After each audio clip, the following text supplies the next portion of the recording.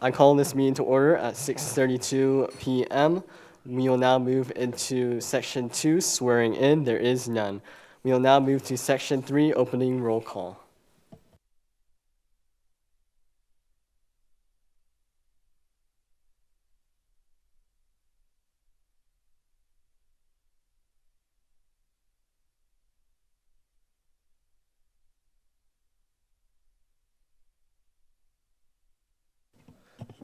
Voting is now open.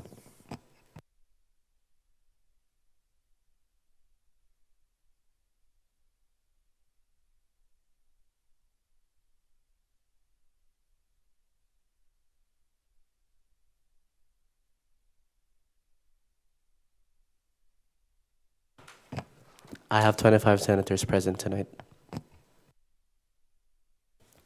Thank you. We'll now move into Section 4, messages from the student body president. Upon recommendation by the Senate and by my authority, the following have been signed and filed as law. SB-68-145, an act to amend the individual funding guidelines to allow limited funding for on-site transportation costs. SB-68-149, an act to amend the Child Development Center Advisory Board bylaws. AR-68-011, an act to update MyWSU with student health services. AR-68-012, an act to recommend that Wichita State University recognize international holidays. And SB-68-152, an act to amend the SJA and Sigma Lambda Beta Dreamer Scholarship bylaws. That is the end of the messages. Thank you. We will now move into Section 5, messages from the Finance Commission. There are none. We'll now move into Section 6, messages from the agencies. There are none. We'll move into Section 7, 3-minute floor speeches. In lieu of senators using public forum as a mechanism to address the Senate, a senator may seek recognition to give a speech on the subject of their choice, not exceeding 3 minutes in duration. 3-minute speeches are focused on specific topics. Senators may only hold the floor once during this period. Are there any senators that wish to speak at this time? Seeing none, we'll now move into Section 8, General Topic Public Forum. Public forum provides a chance for individuals to have the privilege of speaking before the Senate, limited to 3 minutes only. This is a time for the Senate to listen to what the community has to say, and to that, we offer our undivided respect and attention. I would like to remind everyone that, although we allow the speakers the privilege to use this platform, the opinions of the speakers do not reflect the opinions of the association. And before we start public forum, the presentation that we're about to hear is uploaded to the Teams, so you can follow along with some of the screen difficulties as well. But with that, we will now go to Dr. Clay Stoltz and Athletics Director Kevin Saul for their annual update, and the time restriction has been waived for this presentation.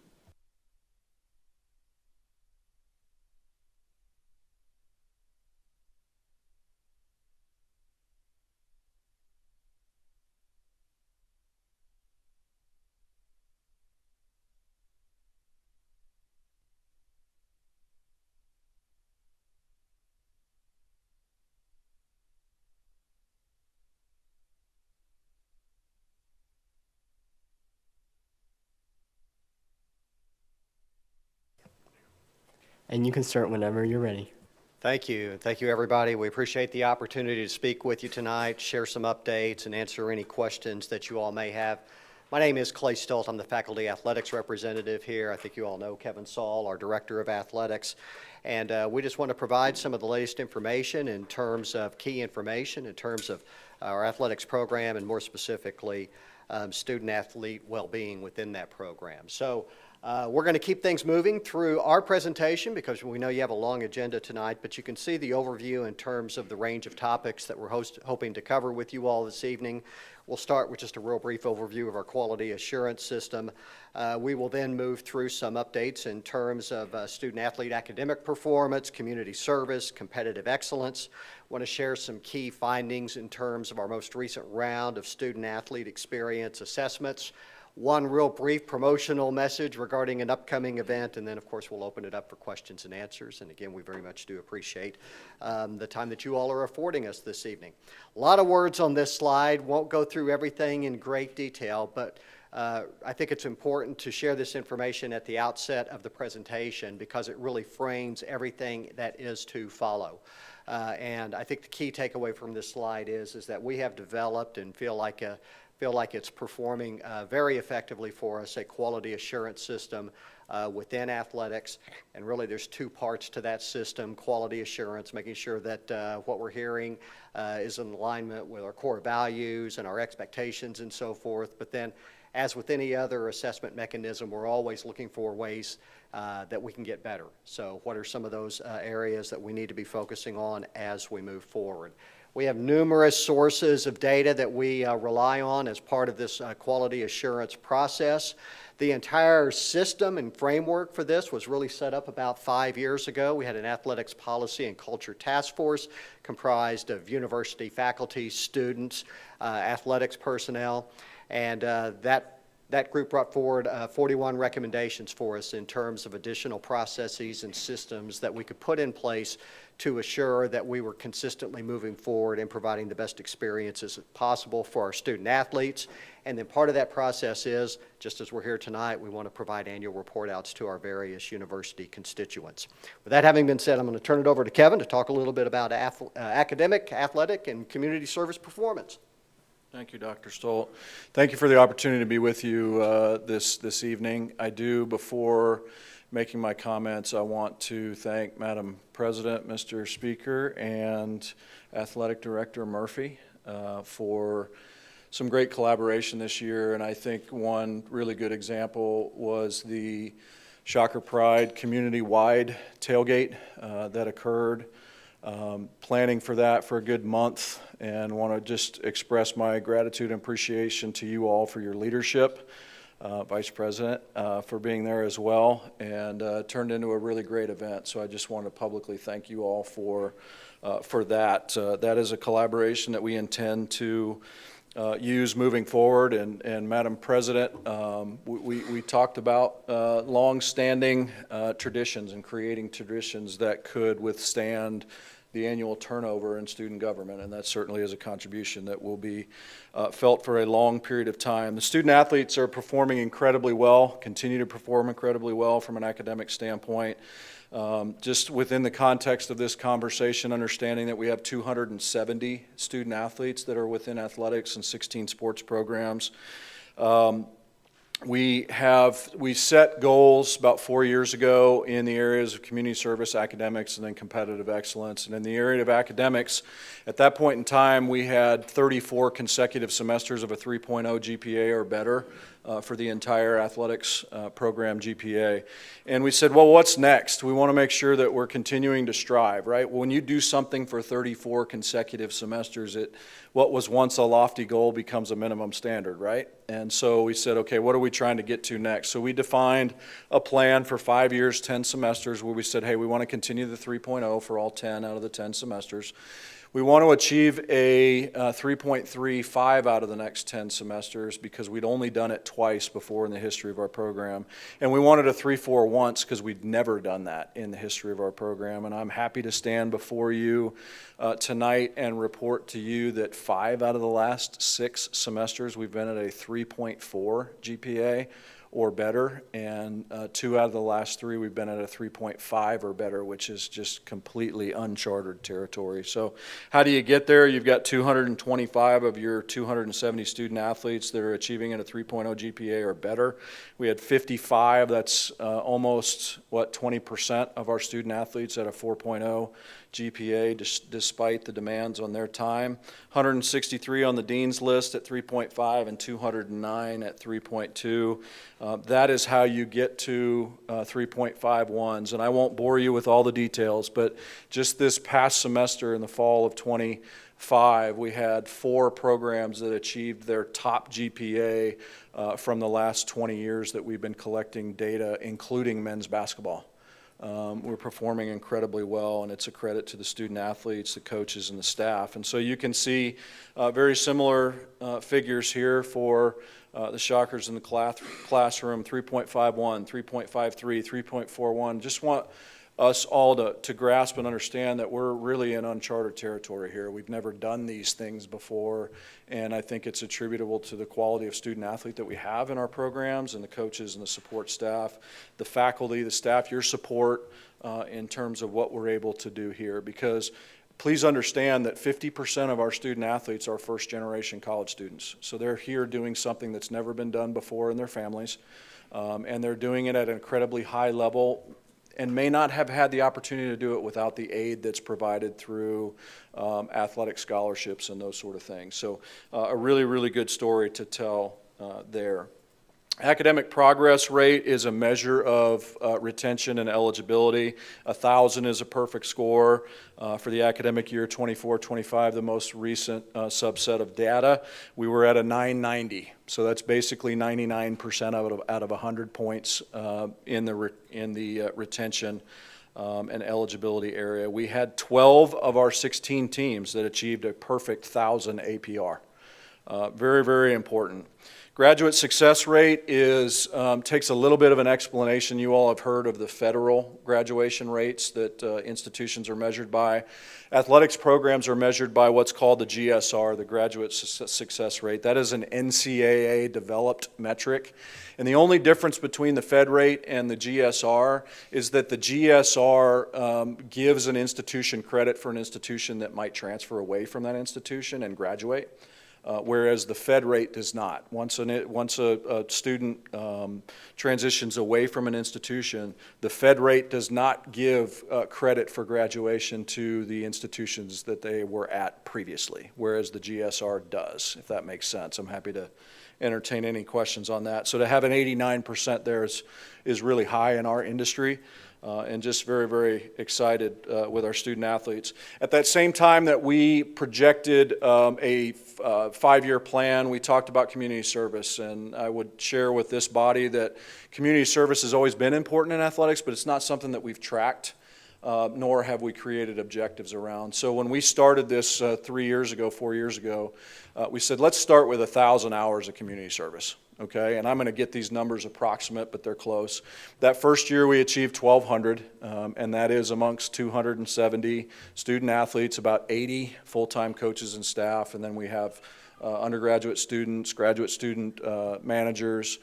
We got to about 1,200. So the next year we set it at 1,200 and we got to 1,500. The next year we set it at 1,500 and we got to 1,700. So at the end of the day, we're trying to push towards 2,000 hours of community service. And that would equal out to about 8 to 10 per student athlete or staff throughout the year. We do some really great events. The Shocker Serve-a-thon that we do in the fall, where we'll knock out about 400 or 500 community service hours that touch literally 20 to 30 nonprofit organizations throughout the community of Wichita. Really important for us that if we want the community to invest in athletics, in their time, talent, or their treasure to support us, then obviously we want to support the community as well. Competitively, I will tell you that at a very, very global level, we do look at all 16 of our sports and how they're trending and tracking, but we can collectively look at what is called the Directors' Cup. And the Directors' Cup is a competition amongst the 365 Division I institutions in the country. You can achieve points in the Directors' Cup, and how it works is if you qualify, you win conference championships, you qualify for the NCAA tournament, that you will achieve some points. Perfect example, our bowling team just has the number 5 seed in the NCAA tournament. They're going to be in Arlington, not this coming weekend, but next weekend. They achieve Directors' Cup points for making it into the NCAA tournament, and you get more points the further that you compete into the NCAA tournament. So really, really important for us because it's a measure of the strength of our athletics program throughout the country. I'll give you an example. Just in 23-24 academic year, we finished 247th out of 365 institutions, and last year we finished 151st with 108 points. That was 96 places better year over year nationally. Really, really important for us from a competitive standpoint. As you look at where that sits, we've been in the American Conference for almost 10 years now. 151st place last year outperformed our at that point in time, 7-year average in the American. Again, it's easier to accumulate Director's Cup points in a league where it's easier to win championships. It's much more difficult to win championships in the American. So racking up points in the American becomes a little bit more of a challenge. But we finished 6th out of 13 institutions in our league. And we are the only non-football playing institution where you can also achieve Director's Cup points. So we finished middle of the pack there, and to tell you how close that was, we were 5 points behind third. Right? What is 5 points? 5 points for us is literally 17 100ths of a second in Eugene, Oregon on 3 different races and about a half a centimeter on the triple jump. Okay, and we'd finished 3rd in the American in the Director's Cup. So competitively, we're right there, and really excited about that. But that's our second best finish since joining the league. Excellent. Thank you, Kevin. All right, at the top of the presentation, I mentioned that we have this comprehensive, systematic quality assurance program within athletics, a committee that looks at data from a number of different sources. Arguably, over the years, the single best consistent source of information that we receive is from department-wide surveys of student athletes that we conduct after both the fall and the spring semesters, so we get 2 sets of data each year. The committee looks at all of that and identifies key findings. And so what I want to do is just share a few highlights from the fall semester administration of these program surveys, because I think it'll give you a sense of how we're doing overall and also some of the areas that we're particularly paying attention to. So as you can see with the slide up here, the surveys consist of a number of items. Most of them are scale items, 1 low to 5 high, in terms of student athletes evaluating their experiences on everything from their sport programs and the culture within those programs to academic support within athletics and so forth. So 24 items in terms of those program-related items. And then there are 19 that are a part of items specific to head coaches and assistant coaches. And those relate around things like knowledge of the sport and care for student athletes, trustworthiness, honesty, and so forth. As you can see, in terms of the program assessments, we scored at a 3.5 or better on 23 of the 24 items. Of those 24 items, 19 were at a 4 or better, so really high scores in that regard. And then over in the coach assessments, 19 of 19 at a 3.5 or higher, and in fact 19 of 19 at a 4.0 or higher, and I think that really speaks to the quality of our coaches and the excellent work that they are doing with our student athletes. Here in the middle of the slide, you've got a net promoter score that our survey generates, and this is kind of a broad metric, but one that I think is pretty telling for us. Basically, what it asks student athletes is on a scale of 1 to 10, how strongly would they recommend WSU athletics? And then based on their responses, the survey tool identifies advocates on the high end of the scale, 9 or 10. There's some neutrals in the middle, 7 or 8. Those responses get thrown out. And then lower end of the scale, 6 and below, those are classified as detractors. The net promoter score is the score in terms of advocates minus detractors. So you've got a possible scale of minus 100 to positive 100. We're at a 42 this fall. That was significantly above our net promoter score in the spring. That was also, at that time, well above the national average. We were able to benchmark our survey results, at least we have been until this year. We've got some bugs in the survey system that our provider is working out, but up until the end of last year, we could benchmark against 100 other institutions, including 40 different schools that are at the highest level of college athletics, the autonomy for conferences. So it really provides a good way for us to compare with our past performance, but also against our peers and other college athletic programs. So that plus 42 net promoter score is really strong. In terms of some highlights and some areas for improvement that we identified this fall, again, that net promoter score was up quite a bit over the spring. That was wonderful to see. We're always ranking very high in terms of the academic support our athletics program is providing to our student athletes. You see that in the academic performance of the student athletes as well. Our strength and conditioning program always rates very highly. In terms of areas for improvement, we tend to look at those items that are below a 4 point. 3 of them particularly stood out this fall in terms of some things that we needed to look into at a higher level. Just a couple of weeks ago, we met with our Student Athlete Advisory Committee. President was there with us for that meeting and some of that discussion, and it was really insightful as we had discussion around, well, what do these particular ratings mean, and what are some of the best ways that we can move forward in terms of addressing these things. So gear and equipment this year, we moved to Nike. The equipment is really good, but some of the rollout this fall was a bit phased in, so had a few challenges there that are being smoothed out. Nutrition and dining and just being able to cater to the unique schedules of student athletes is something that we continue to focus on. And then the one that is often the one that we particularly challenged with is just student-athlete perceptions of the social scene here at Wichita State. We're still above a 3 on that, but we'd really like to get that 3.2 up, and we're having continued conversations in terms of the best ways to do that.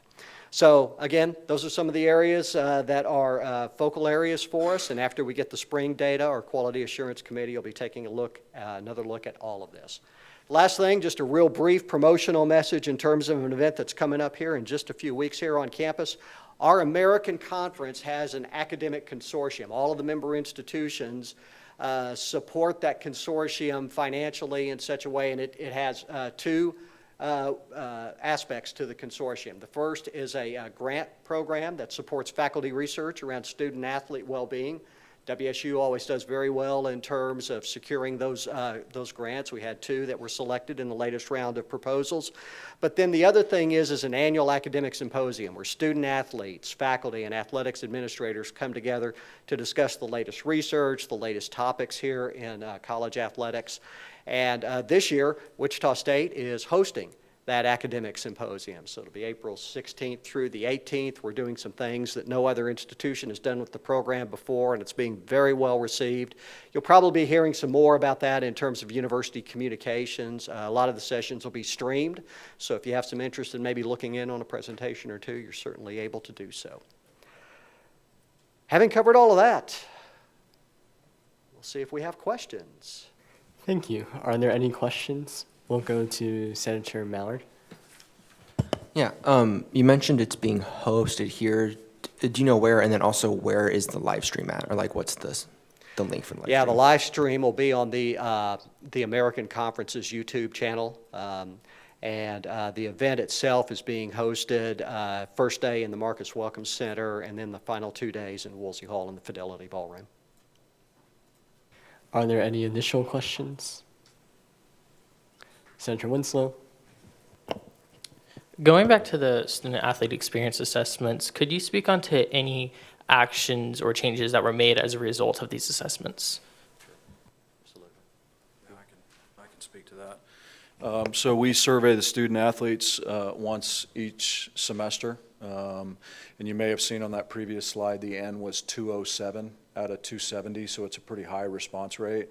This is a layered answer, and we could probably have a lengthy discussion about this, but we think that the regular drumbeat and rhythm of feedback from student athletes is critically important, because we will infuse those themes into our annual evaluations of our head coaches and our assistant coaches in terms of providing the student athlete perspective in terms of how we develop young people and programs. I think that's really important.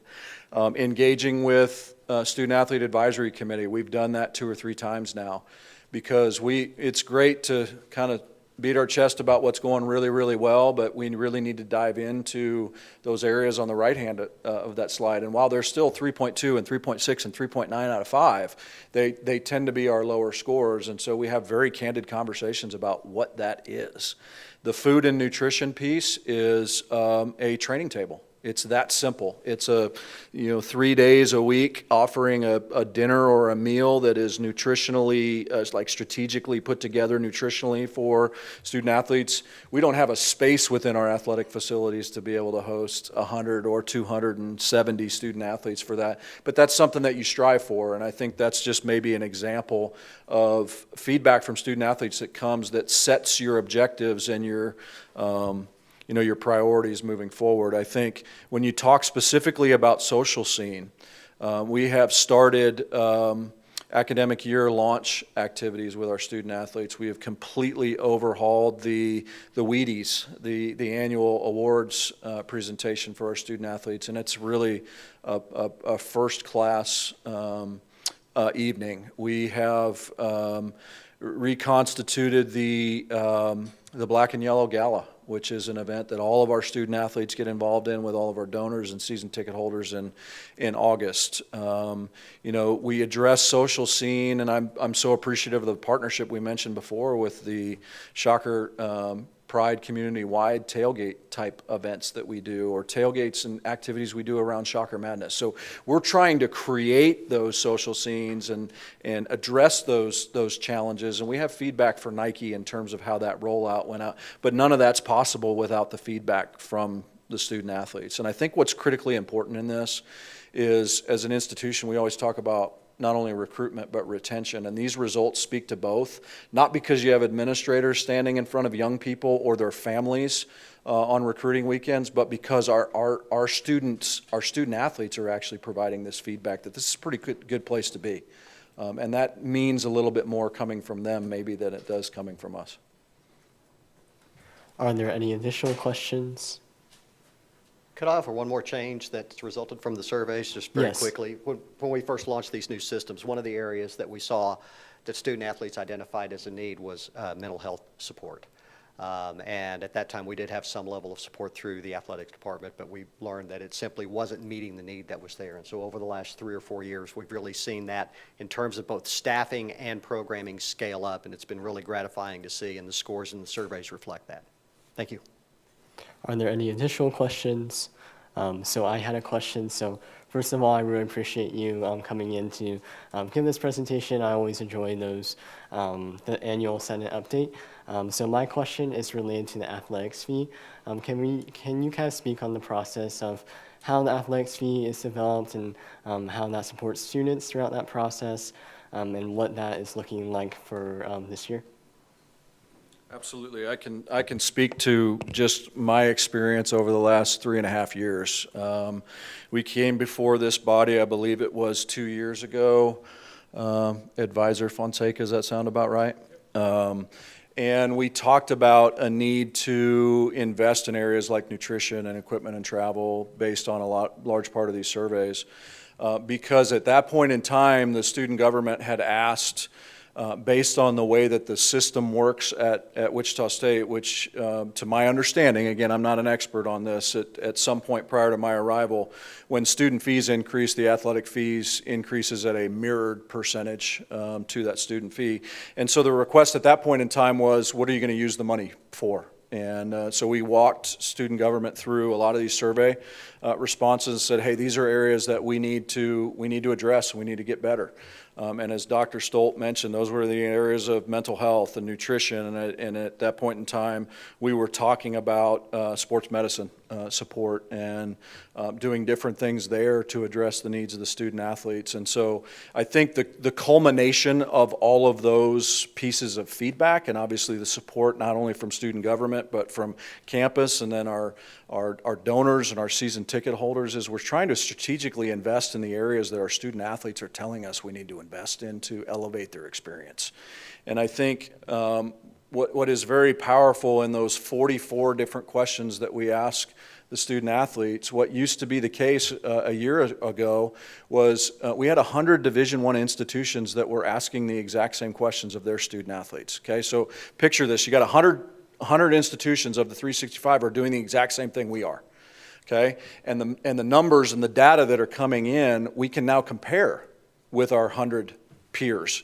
And of those 100 peers, 40 of those were what we term as Power 4 institutions. Okay, so Power 4 institutions meaning SEC, Big 10, ACC, Big 12, in our industry, the really large athletic departments. And what's fascinating with that is that our numbers, again, 40 Power 4 institutions, and 60 that are not, that our data was higher, I think, in 39 out of those 44 categories and questions, which in my mind, from my perception, means that the system that we have here is working, where we're trying to strategically, responsibly, and methodically invest in the areas that our student athletes feel like we need to invest in. I had a follow-up question. So with our student fees processes, and us keeping the rate flat last year and even potentially this year with our student fees process, how do you anticipate that keeping the fee flat affects the athletics department in terms of budget and some of the areas that you can support students in if you're keeping the fee flat throughout the past few years? Let me make sure I understand that. So the question is, how do we ensure that the student athletics fee remains flat when the institution fee may be increasing? It's more like, since our student fee rate is flat, I was mainly asking how does that affect the athletics budget if you don't increase the athletics fee because we don't increase the student fee, Yeah. and how that affects the services that are provided to students. Well, I think how it affects it is you've got to figure out ways to address need, right? At the end of the day, you're trying to figure out ways to address need regardless of the resources that are available. Oftentimes it's about prioritization and it's about reallocation and those sort of things. It's really important. But at the end of the day, the system has been in place at Wichita State for at least longer than 4 years in my time here, where that athletics fee has mirrored the student fee if there was an increase on the campus side. My understanding is that there isn't a system in place where one would happen without the other, that the two are tied together. Are there any additional questions? I had one final question. So in addition to the events that we've been having in partnership between SJ and athletics, how can the Student Senate better support athletics and promoting events that you all are having or connecting with our student athletes here on campus? Well, I want to commend Madam President for establishing the position of Director of Athletics. Make sure I get the title right. And A.D. Murphy's been great this first year, and those are hard shoes to fill, right? You're doing something that's never been done before, and that's the type of innovative leadership from student government that's very helpful. Oftentimes, and you all will attest to this, I hope that we're very accessible and enjoy spending time with you all and hearing about the needs and the challenges and what the desires are from athletics. And this is, for me, is another connection point and for our marketing and promotions folks. At the end of the day, we understand that success on our fields and our courts draw demand. The market will demand that we get bigger when we get better. And I think that we saw that, particularly in men's basketball this year. We had, and the students are to be commended for this, we had 4 consecutive largest crowds of the year to finish out our home season. And we understand that it's getting better as well, right? Year 1 under Coach Mills was 15-19. Year 2, 19-15. This past year that we finished a heartbreaker last night, 24-12. 24-12 was our record this year. So you've gone from 15 wins to 24 over the span of 3 seasons. And I do want to share with this group the context of what we're experiencing right now, specifically in our men's basketball program. Happy to talk about others as well. But if you look at 118 years of Wichita State men's basketball, there's 27 head coaches in that time. Coach Mills ranks second all-time amongst those head coaches in the number of wins through 3 seasons. So what you're seeing right now is something that we haven't seen for a very long time. In fact, his win total is the highest since Eddie Fogler, who has the number 1 spot, and Coach Fogler was here in the mid-'80s. So it's been 40 years since we've seen success like this, and I think the partnership between athletics, our faculty, staff, and our student government are to be commended for that. So I appreciate this body very much and the leadership and the partnership with our students. Thank you. Are there any further questions? Seeing no more questions, thank you so much.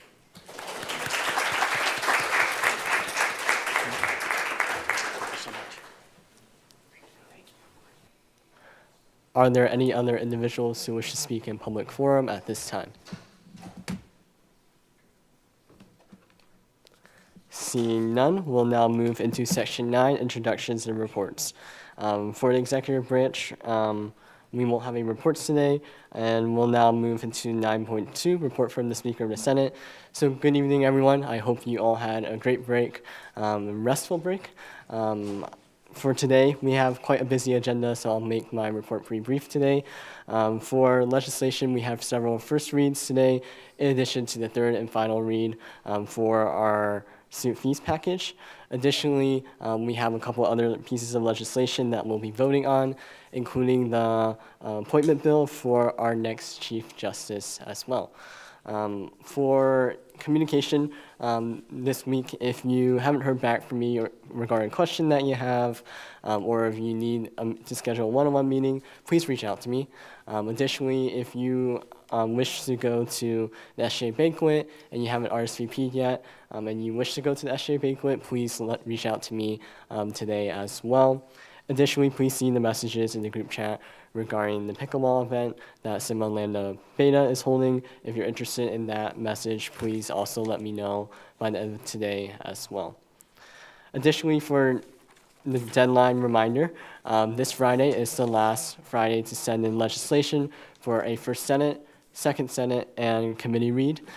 So please send it in by Friday at 5:00 p.m. if you wish to have that legislation be on the floor for next week and receive those full reads. Additionally, I anticipate a very heavy load of legislation turned in this Friday, so the sooner you turn it in, the better. Next week, I anticipate we'll see a lot of first reads as well. But that concludes the report that I had for you all this week. Are there any questions for me? Okay, seeing no questions, we'll now move into 9.3, report from the Senate chairpersons. To save some time, we will submit those reports electronically for your reference. And we'll now move to report from the central office. I have nothing for today. Thank you. We'll now move into section 10, the consent agenda. So on the consent agenda, we have the approval of the February 25th, 2026 Senate meeting minutes, and those are in the Teams. Are there any objections to the consent agenda? Seeing none, is adopted as such. We will now move into section 11, pending business. And we'll now move into 11.1, student fee public forum. Public forum provides a chance for individuals and student fee entities to have the privilege of speaking before the Senate, limited to 3 minutes only. This is a time for the Senate to listen to what the community has to say, and to that we offer our undivided respect and attention. I would like to remind everyone that, although we allow the speakers the privilege to use this platform, the opinions of the speakers do not reflect the opinions of the association. Are there any individuals that wish to speak in student fee public forum at this time?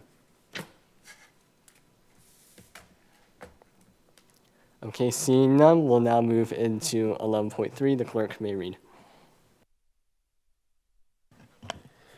Act on request to approve SB-68-155, an act to approve the fiscal year 2027 student service fee allocations and policy riders. Advisor Fonseca, do you want to add anything before we move into the third read? Yeah, thank you. Just a couple of things as we remember from last meeting. The motion that eventually got us to this point was to not take any further intervening action on the budget itself. So keep in mind that Section 1 and Section 2 cannot be changed at all moving forward. The only thing that is up for final conversation are relating to the policy riders starting at Section 3 all the way down. As a reminder, those things can be amended, removed, new ones could be added, but you cannot touch anything else relating to the student fees budget. When we are done with the discussion on the overall bill, you will then begin your process of voting. As a reminder, this, like the speaker election, is done by a roll call vote. So you will, instead of voting with your clickers, your name will be called and you will say yes or no to adopt the budget from there. And then ultimately the budget and the bill itself has to pass by a 2/3 in order for it to move forward. If for whatever reason the bill fails, then it will go back to the Finance Commission to do whatever has to be done with that to bring it back up to get to a vote. Just the one thing I will just mention, if the bill does not get passed by the 22nd of April, that means this session will not have passed the student fees bill, which will mean the next session will have to pick that up when they are seated at that point. So let's not get to that point. Because you all cannot extend your session, it ends on the 22nd. So just a reminder on that. I'm happy to answer any questions before we get started, if there are any. Okay, so this is your chance to ask any questions about the processes, about the overall, what it looks like to approve, any amendments and stuff that you have questions about on how to introduce those. This is your opportunity to ask Advisor Fonseca on that as well. Are there any questions about that? Senator Mallard. Just to clarify for everyone, you're not allowed to bring back previous motions that are in the comments on each line, correct? Specifically to the budget itself or the provisos? Or the policy writers or the budget? The writers. You can at this point, yeah. Do you have a follow-up that you'd like to ask? Yeah, I thought like if he motioned, like let's say I motioned to strike one of them in its entirety, is that failed? I thought I can't motion for that again. You can Because do, it already failed. You can do motions on amendments at that point. You can't do, when it comes to like bills and things like that, if a bill fails, you can't do anything else to it. But at this point, no action has been taken on the final bill itself. So you are able to do so because it is a new week at that point to do that. You couldn't do it at that meeting, but you are now in a new week, in a new meeting, you're able to take your final action on the bill, yeah. Are Great there any question. additional questions for Advisor Fonseca? Okay, thank you. We'll now move for the third read, so is the author here ready to speak? You have the floor.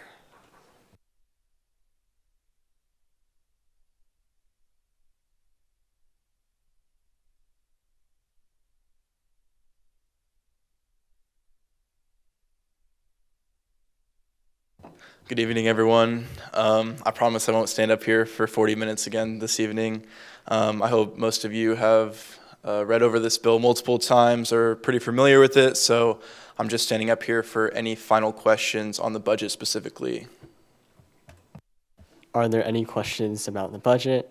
And as a reminder, this is your one chance to ask Treasurer Bum questions about the budget since this is the third read. I'll go to Senator Mallard. What was the final decision in determining charging student services $75,000 and not through these special projects on July 30th? In your guys' meeting, line 315, hour 19, minute 44, section 23, it states the bylaws require us to take it out of the student fees, but our capital fund, our special projects fund will be the one to reimburse it. So why are we making them charge it and we're not doing it through special projects when that's what we told them? And to clarify, you are referring to the Legislative Council meeting, is that correct? Yes, the Legislative Council meeting on July 30th, and I believe it was Gabe that made this comment. I will give it over to either the central office or Treasurer Bum to answer that one. I was listening, I promise you, but then I got distracted, so I stopped listening.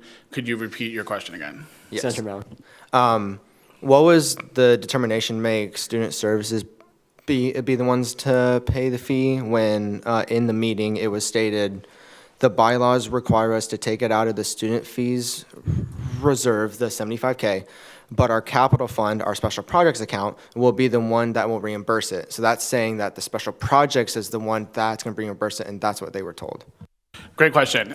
So the way that the contingency fund works, and I know I mentioned this last week, and I'll kind of repeat it again, there are very specific things that can happen in order for the student government to withdraw from the contingency fund.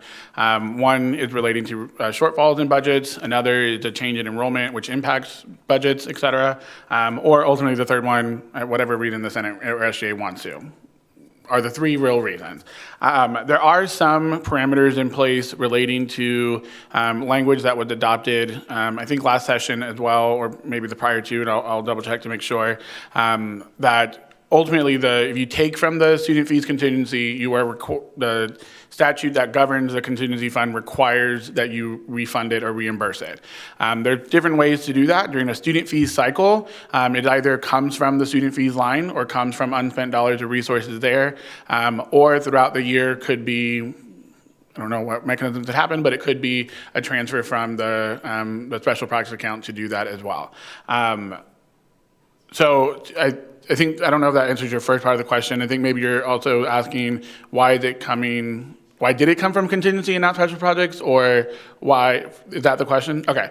And the main reason that it came from the fees contingency is because it did satisfy the requirement of a budget shortfall at that point in time. So budget shortfall could be for a multitude of reasons, again, enrollment issue being one of those, or in the case that happened last session, keep in mind there was still an overall budget shortfall that did impact every single department or entity, roughly little under $200,000 was the total that was not collected during the student fees process. So as you remember when we talked about this during the committee of the whole last time, we only collect the money that students actually pay. And so if a student doesn't pay their bill, then we're not collecting that revenue, which does bring then an overall shortfall in that scenario, which is what occurred at this last year at that moment. There was a reduction or the shortfall in not the collection of the revenue. So ultimately, it did trigger the language in there of the overall budget shortfall issue, which is why it came from the contingency at that point. And then now we're in the position of we either have to adopt money to go back in, or you have to vote on ignoring it and leave it up for next session to figure out. I think another part that's key, because I know it came up in public forum last week. As a reminder, when we learned about the shortfall overall, at that point, the incoming student body president and treasurer, which are the two who are sitting now, are the ones responsible for making sure that the overall budget is rebalanced, and that was the recommendation they brought to the Legislative Council to ultimately adopt that transfer at that point. So hopefully that answers that question. Are there additional questions? I'll go to Senator Mallard. I apologize. I know it was mentioned that the student services was found in violation and because they had transferred funds between different entities. When did you find out about that violation, and when were they informed? So I guess I can answer the first part. We found out about the transfers during the hearings after the question and answer period of kind of digging into their financials. I don't know exactly about the notice to them.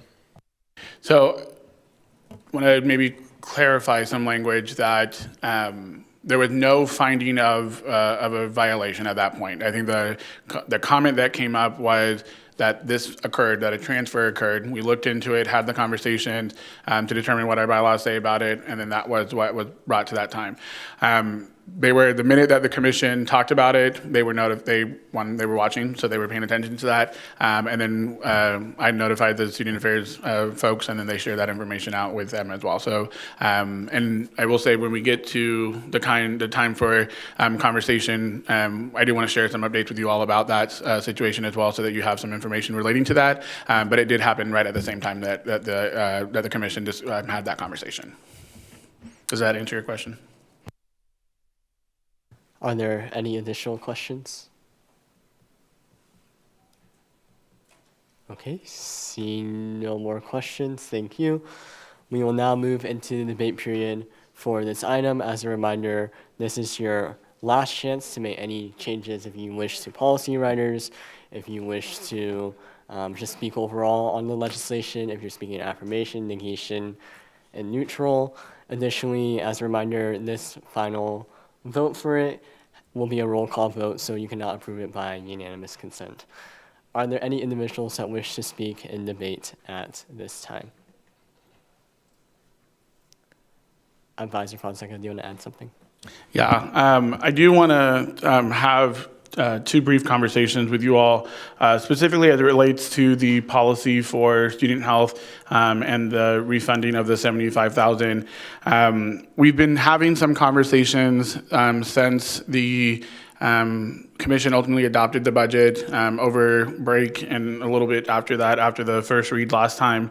And since the conversation, I think a couple of things that I think maybe were made a little more clearer during this conversation. When you look at student health services budget, they receive funding, and if you look at the packet that they submitted, they receive funding from a variety of different sources. The largest one being student fees is their largest portion of their budget.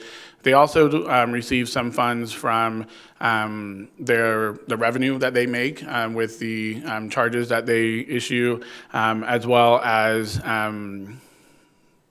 insurance, whatever the word is after insurance, copay, thank you, and as well as some additional sources related to some grants and whatnot.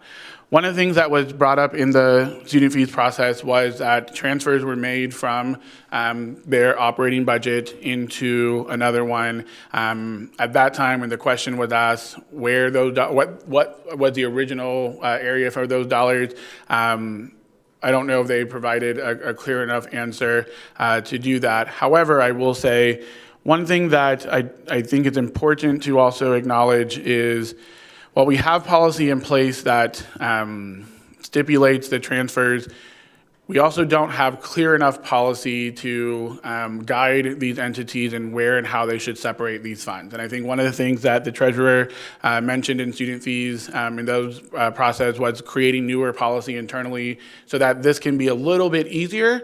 When we asked in our meeting earlier this week, there were some assurances that were made that the funds were not student fee dollars that were moved. What is hard with that, which I think is important that you all know, their accounts are all in one. So it's all money in one account, and that transfer could have come from money that wasn't student fees related. Reality is also we didn't have policy in place. We will in the future, if this budget is approved, that will require that student fee money is separate from every other source of funding that an entity brings in, which will allow a future commission and a future Senate and a future treasurer to be able to see those dollars separated and prohibiting the transfer because we'll be able to see it specifically from those accounts.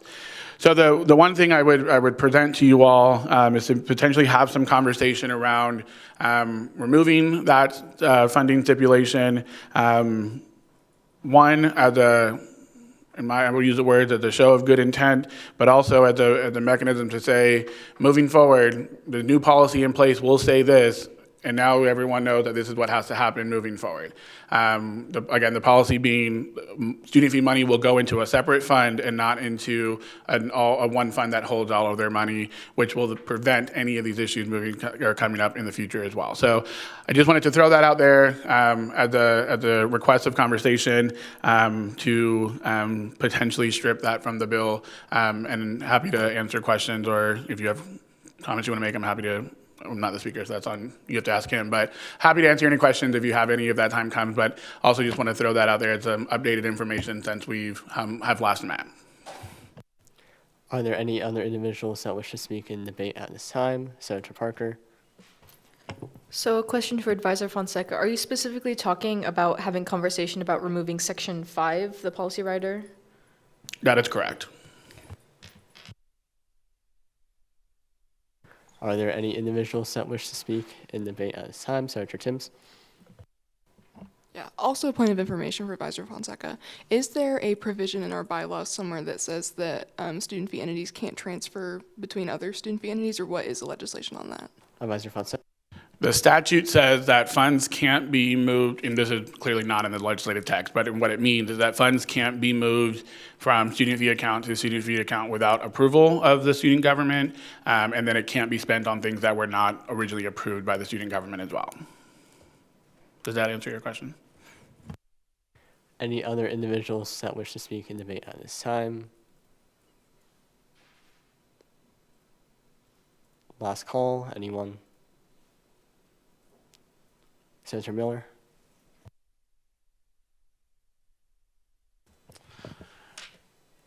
First point of information, to be completely clear, we can bring back motions that had not passed previously. So You can't, no, sorry. you can bring it back motions related to drivers, but you cannot change any of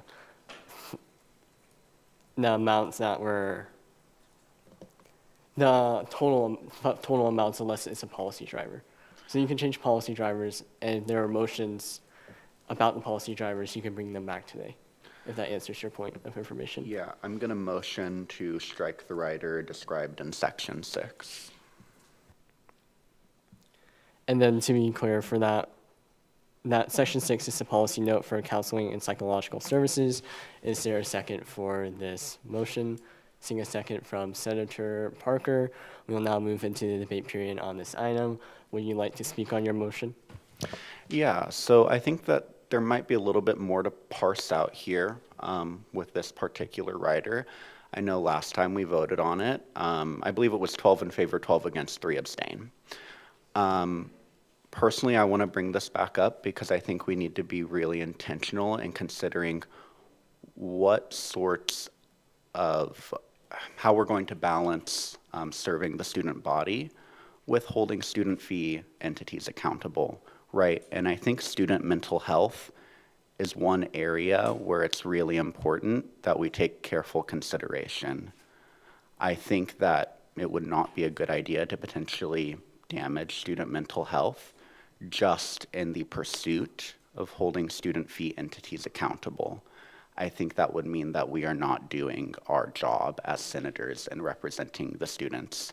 Meanwhile, I do understand the Finance Commission's approach in wanting to hold student fee entities to greater accountability. Students deserve that accountability, but I think that we should not go so far as to potentially limit the mental health resources that students can pursue on campus.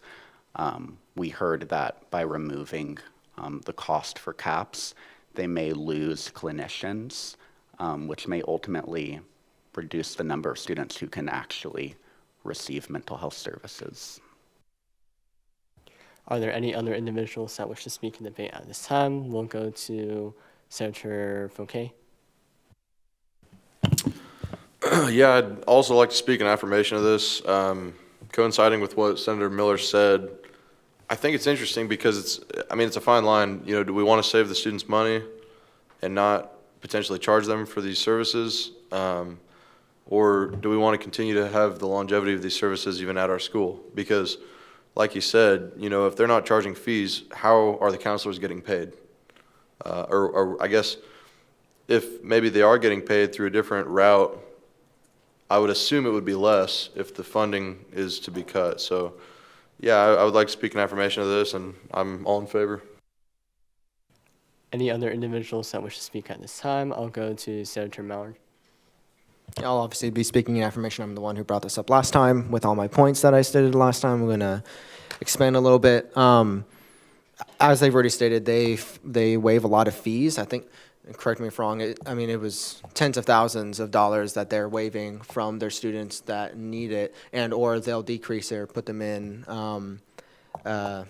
like payment plans to help them. Also, it's not just for the clinicians, it's also the types of services in terms of not like a physical person, but the operations that they're able to perform, and decreasing that decreases the help that they are able to do. There's no point to this, and as was stated by Senator Miller, the removal or the doing this just to because they did something wrong, or the doing this because we're already paying for their clinicians and they're just asking for money. I don't think that's entirely true, and so I'm obviously going to be speaking in affirmation of removing this. Are there any other individuals that wish to speak at this time? I'll go to Senator Phillips. This is kind of repeating what everyone else has said, but I just want to speak in affirmation. It seems like with this action, as we discussed earlier, it's kind of making the students pay with a lack of support and staffing. Best way I can describe it is just lashing out at someone by kicking the dog, so to speak. It just, how do I word this? It just seems like it's done with more or less care with students than I think maybe was intended in the first place, but ultimately this will harm students more than it will CAPS itself. I just wanted to echo that sentiment once again. Are there any other individuals that wish to speak? I'll go to Senator Timms. Yeah, and point of information, this isn't going to imbalance our budget, correct? It will not imbalance our budget. Are there any other individuals that wish to speak? I'll go to Senator Austin. I'm going to be speaking in negation of this. I feel that the Finance Commission took everything into consideration after watching all the videos and hearing all those discussions, I think that this is a very good policy writer, and I think that we will still be able to serve our students for CAPS, and those students that need those services will still be able to access them, and if not, even more students since there is no charge, and that we'd be able to advertise that no charge to all of our students on campus. So again, speaking in negation of this, simply because the Finance Commission did consider all of these. Are there any other individuals that wish to speak? I'll go to Senator Winslow. Hi, I'm going to speak kind of just in the middle here about this motion. I feel like there is definitely reasons for both sides of this, of not wanting to charge students, but also wanting to make sure that CAPS is fully funded in all ways, to make sure that we are still helping students in that area.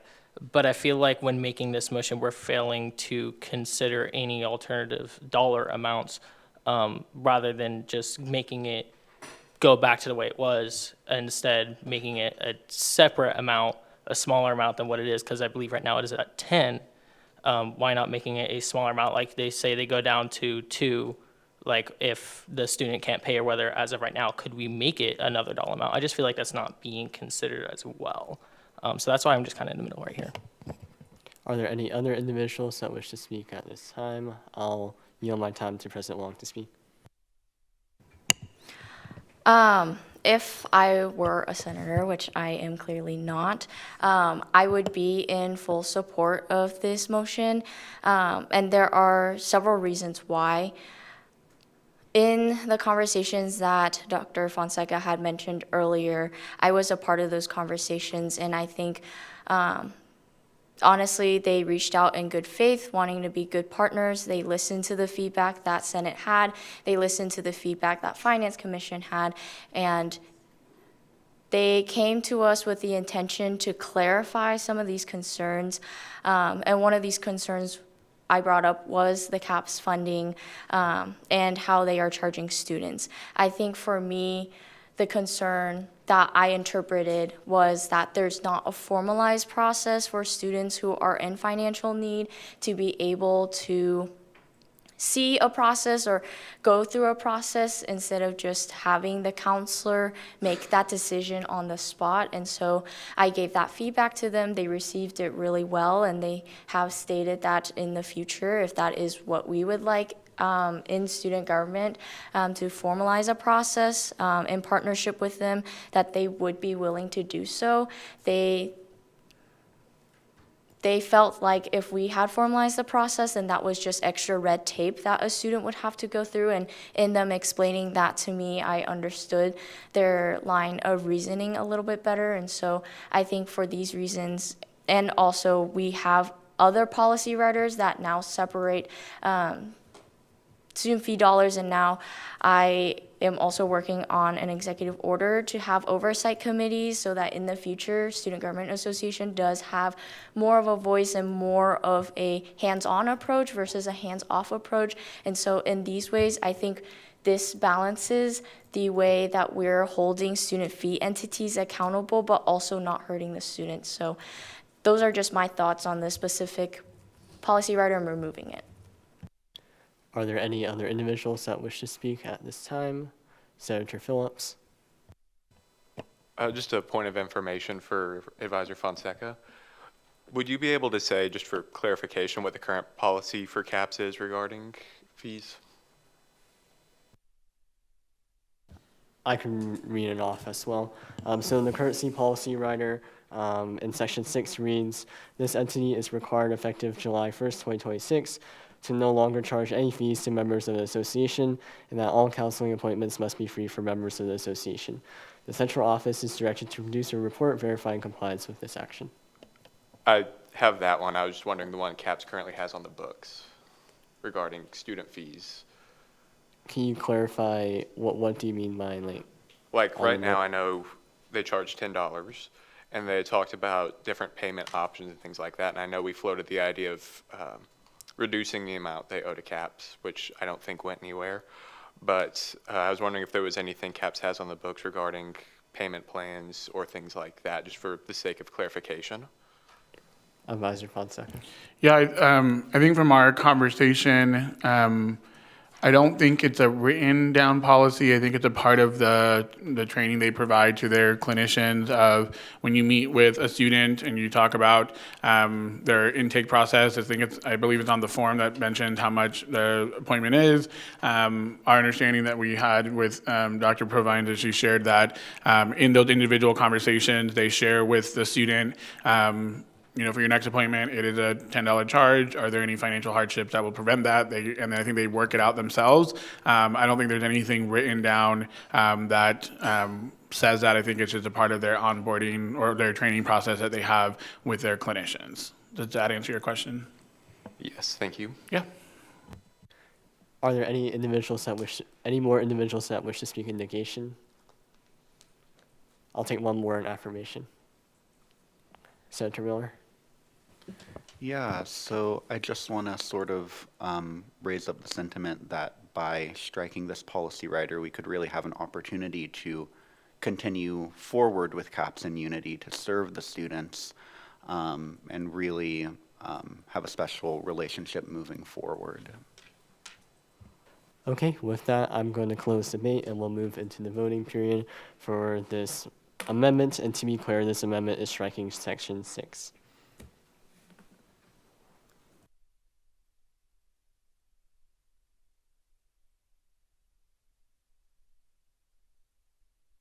Before I open the vote, today's simple majority would be 13 and 2/3 majority 17. And this vote requires a simple majority.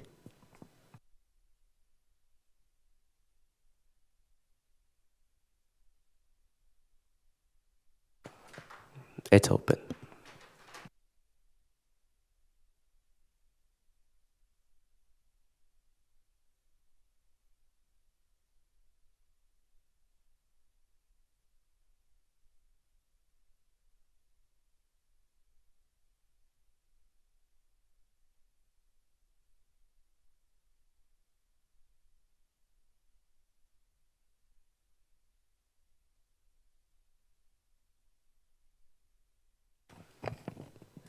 With 16 yeses, 2 noes, and 7 abstains, this motion passes.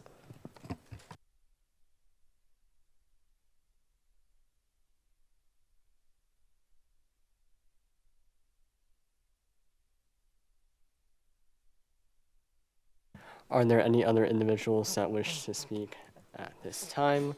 I'll go to Senator Mallard. A motion to strike Section 5 in its entirety and replace it with reimbursement will come from the Special Projects Fund to the amount of $75,000. This has been sent to Gabe and the clerk, so you're aware.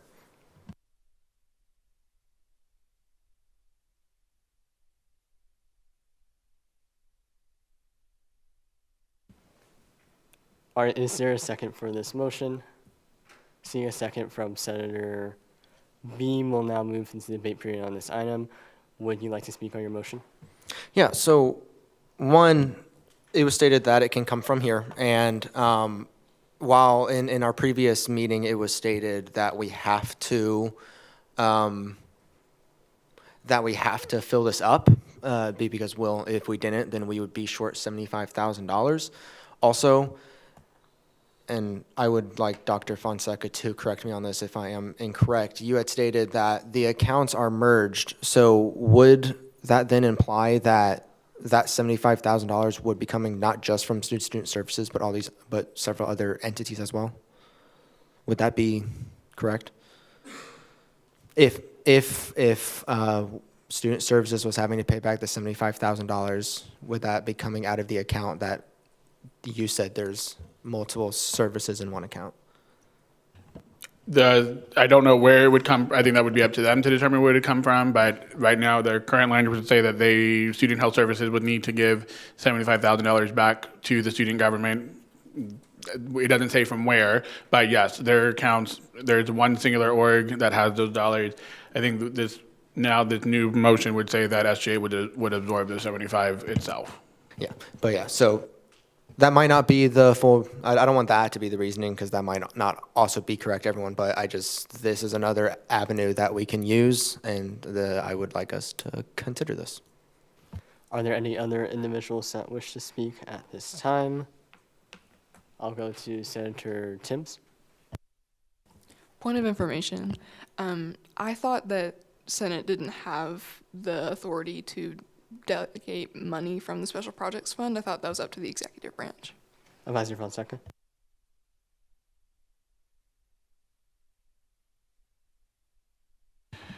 That is a great point.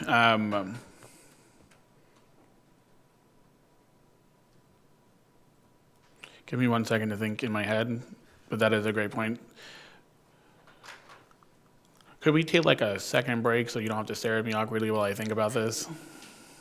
We'll take a 5-minute Thank recess. you. So we will recess for 5 minutes until 7:45. 7:47 p.m. We'll re-adjourn at 7:47.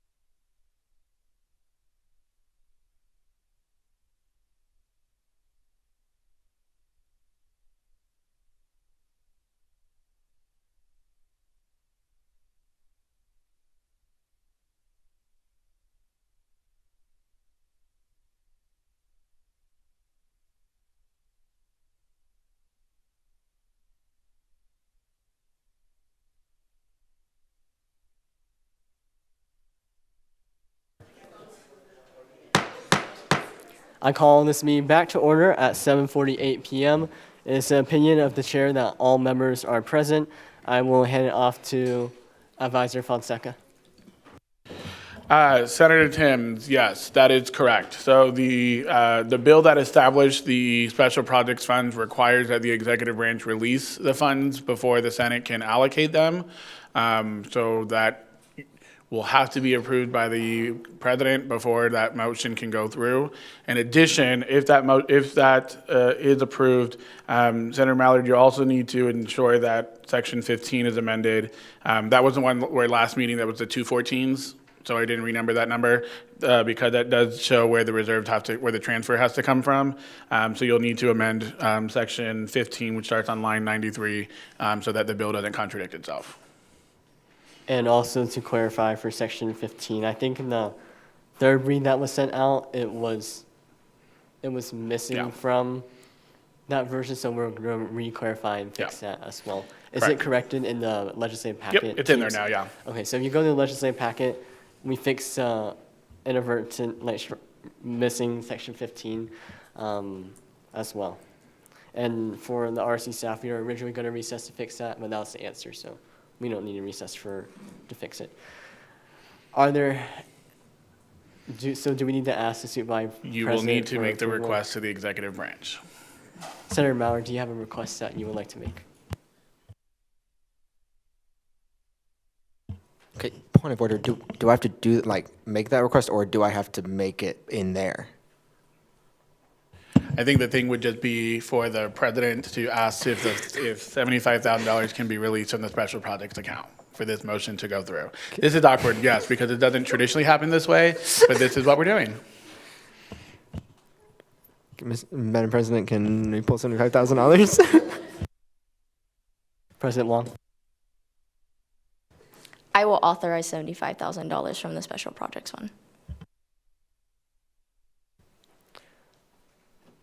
With that, would you like to speak? Did we get a second? You won't need it for that since it was the original motion seconded? Yes. Yeah. I would encourage you to make a substitute motion to also include the Section 15 to deal with that as well, so that it can just all be at one time. Senator Mallard, do you have a substitute motion by chance? Substitute motion that Section 15 cross out or everything and state the reimbursement will come from the special projects to the amount of $75,000. Is there a second for your substitute motion? Seeing a second from Senator Haynes. Would you like to speak on your substitute motion? Well, one, we got approval, so we are allowed to do it. This doesn't mean it will get approved if it fails, but yeah, I already said my stuff earlier. Are there any other senators that wish to speak on this motion? I'll yield my time to President Wong. Again, not a senator, but if I was, I would be in support of this motion, and it's the reason why I authorized the $75,000 from the Special Projects Fund. I think in just having some reflection and further conversation with Dr. Provines, it was clarified that it was the money that they utilized, it wasn't clear if it was student fees or if it was other dollars. And I think at this point we have other mechanisms to keep student fee entities accountable. And I'm confident in those accountability measures that I don't believe that this one is necessary anymore. Additionally,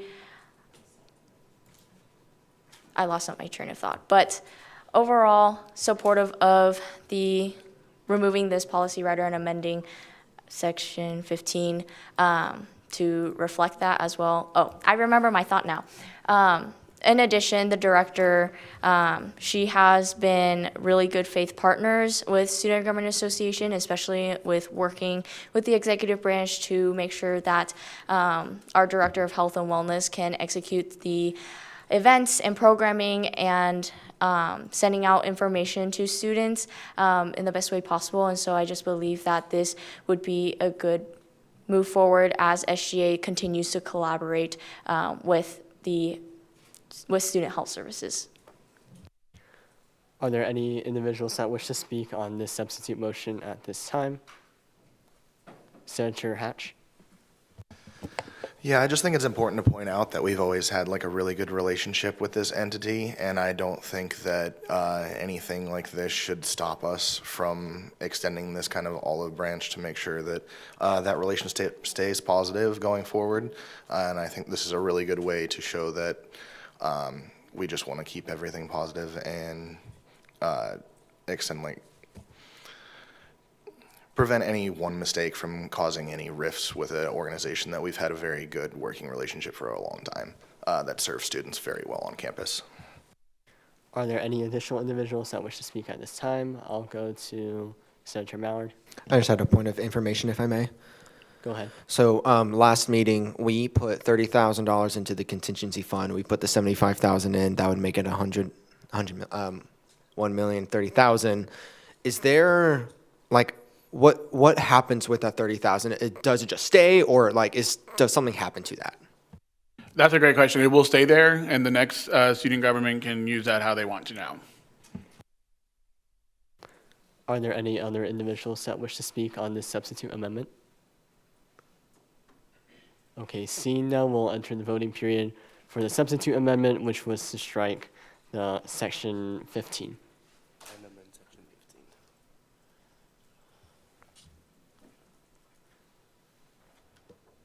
So again, this needs a simple majority, which will be 13 for tonight.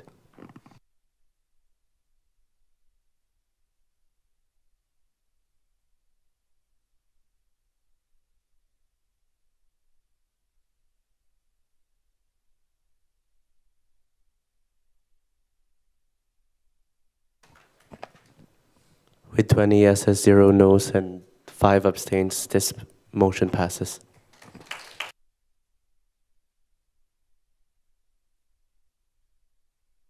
We will now move into the debate period for the amendment to strike Section 5 and add the new language that states reimbursement will come from Special Projects Fund to the amount of $75,000. Are there any senators that does Senator Maurer wish to speak on his motion for this? Sorry, wait, we approved the substitute motion, then we go into debate again and we vote again? Yes, that's correct. And just really quick, who made when you made your first motion, do we know who seconded the very first one? It was Senator Beam. Okay, thank you. Would you like to speak on your motion? No. Are there any other individuals that wish to speak at this time? Senator Lee, and please, for further reference, please don't turn on the mic until I call on you, but you may speak. So, is it possible to make a motion to pass by unanimous consent for this? At this time, I am not allowing motions to pass by unanimous consent. Are there any other senators that wish to speak at this time? Senator Otten. I'm going to be speaking in affirmation. I'm really glad that there's been some additional conversations, just because I do feel like we should keep these relationships just well thought out and very much alive. I think it'll really benefit our students, so I'm in favor of this. Are there any other senators that wish to speak on this motion? Seeing none, we'll now move into the voting period for this amendment.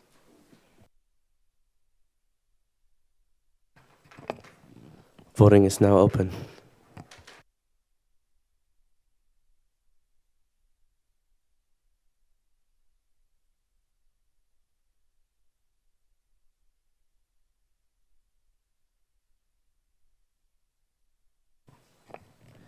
With 18 yeses, 1 no, and 6 abstain, this motion passes.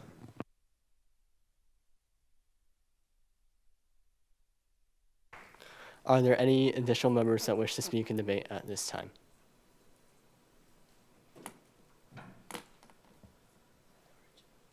Senator Winslow, do you wish to speak?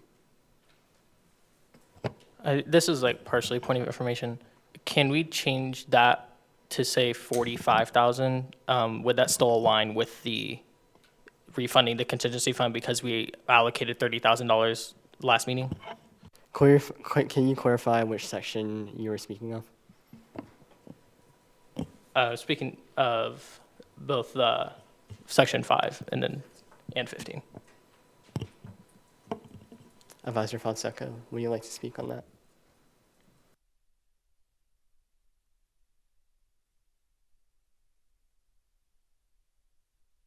I don't know if we have in the past ever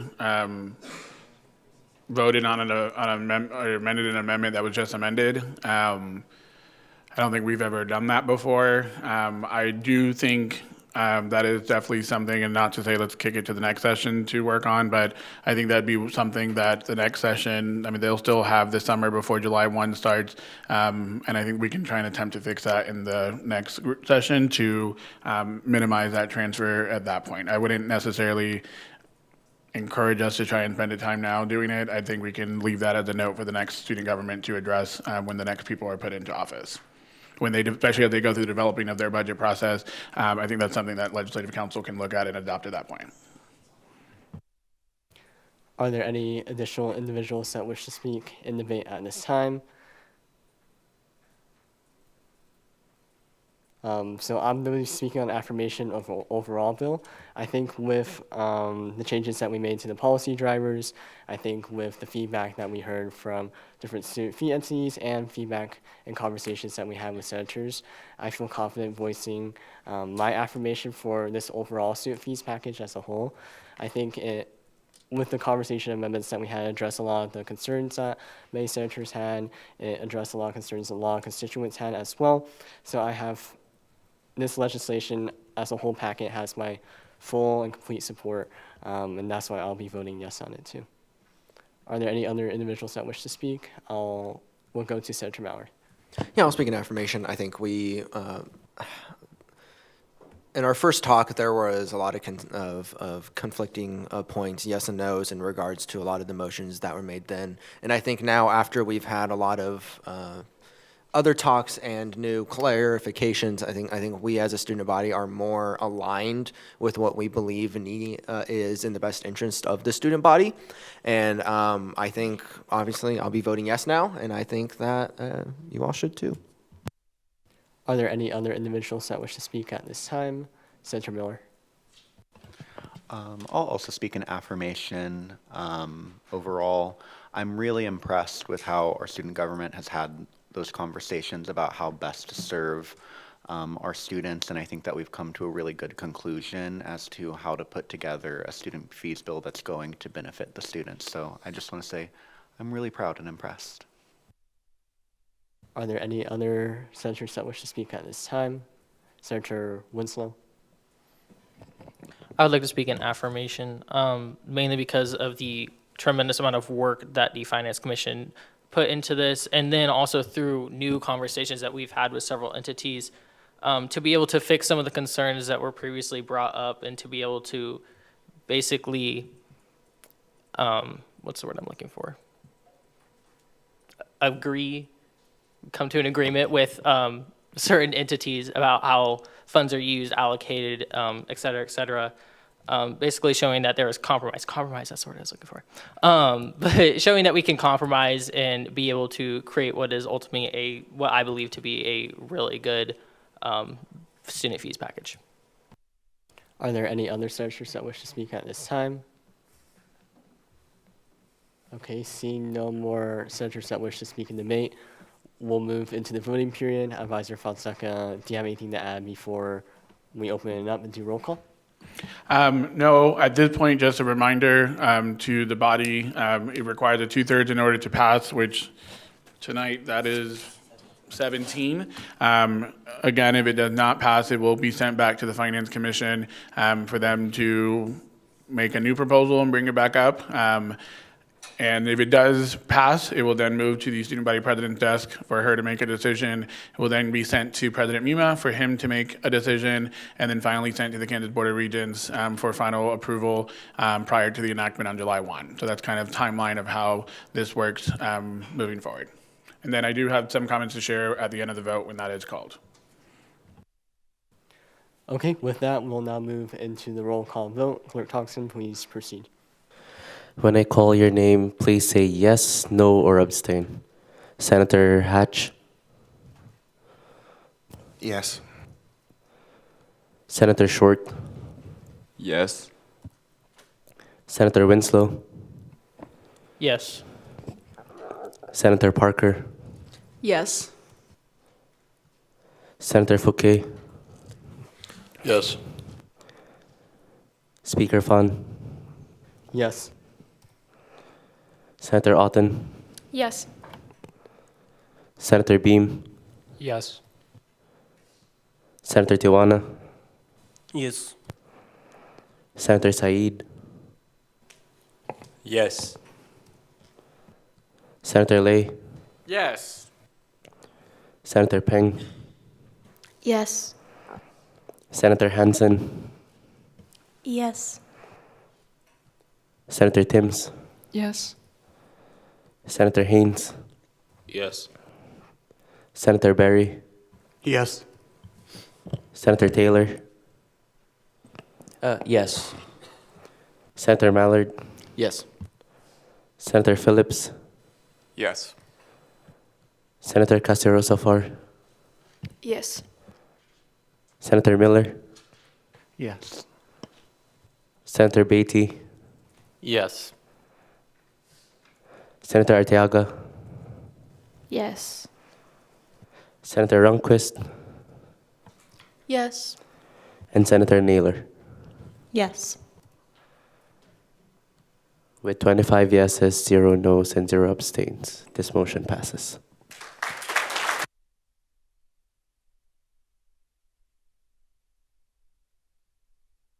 Advisor Fonseca. First of all, thank you all for your work in this process. I know that we talk about student fees being one of the biggest responsibilities that the Student Senate has in adopting. So congratulations to all of you for getting the job done and adopting the bill. Additionally, I want to thank the Finance Commission, for those who are in the room and those who are not, for all of their work. We mean it when we say over hundreds of hours were put into this process, from reading, preparing, going through some trainings and workshops and everything to get to this process.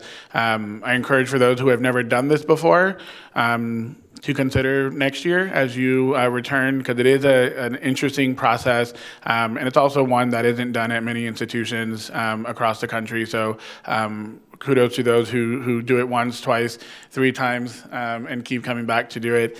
In addition, I want to thank the treasurer for his leadership in this process. This is a lot of work. He puts in more hours and has to deal with me all summer and all fall as we prepare for this process. So thank you, Luke, for your leadership in this. Let's give him some kudos and some thanks too. And then, of course, they're probably not watching because they need to be asleep anyways, but to the budget office and the folks who help prepare this process, and the work that they do throughout the year to do this, with Lindsay and Jason and Michael, for those 3, and then ultimately to our CIT folks who are here with us the entire process, not only with this process, but also in the student fees hearings as well. So let's give those folks another applause as well. And that is all. So good job. And this part is done. Yay. Thank you. So I'm going to recess for 10 minutes, but before the recess, I ask that Senator Naylor and Senator Runquist bring your clickers over, and then I'll also ask Chairperson Tawala to also talk to me as well. Otherwise, we will take a 10-minute recess. We will be in recess until 8:17 p.m. I will recess this meeting at 8:07.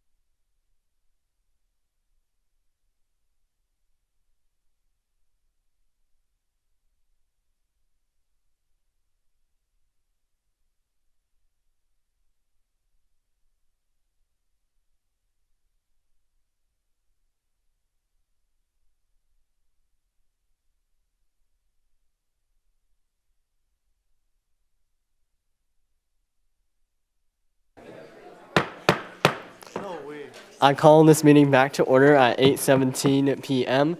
It is the opinion of the chair that all members are present. Before we move into 11.4, I hand over the chair to Vice President Nguyen.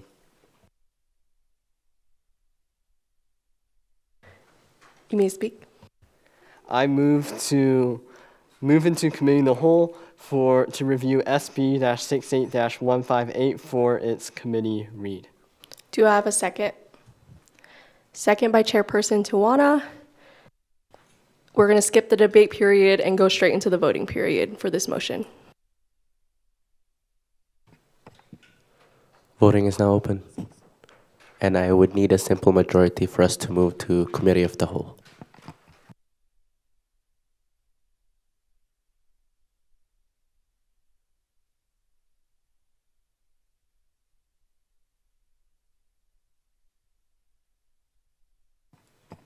With 24 yeses, 0 noes, and 1 abstain, this motion passes. Before we start, I'm going to hand it over to Advisor Fonseca to do some further explaining of what's going to happen.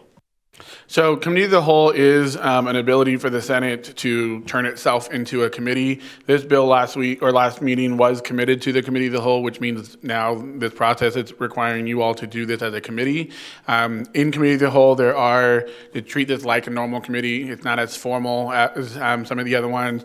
We'll continue live streaming all those other things too, but consider this like one of your standing committees. When you make decisions and recommendations, you're going to send something back to the full Senate to vote on.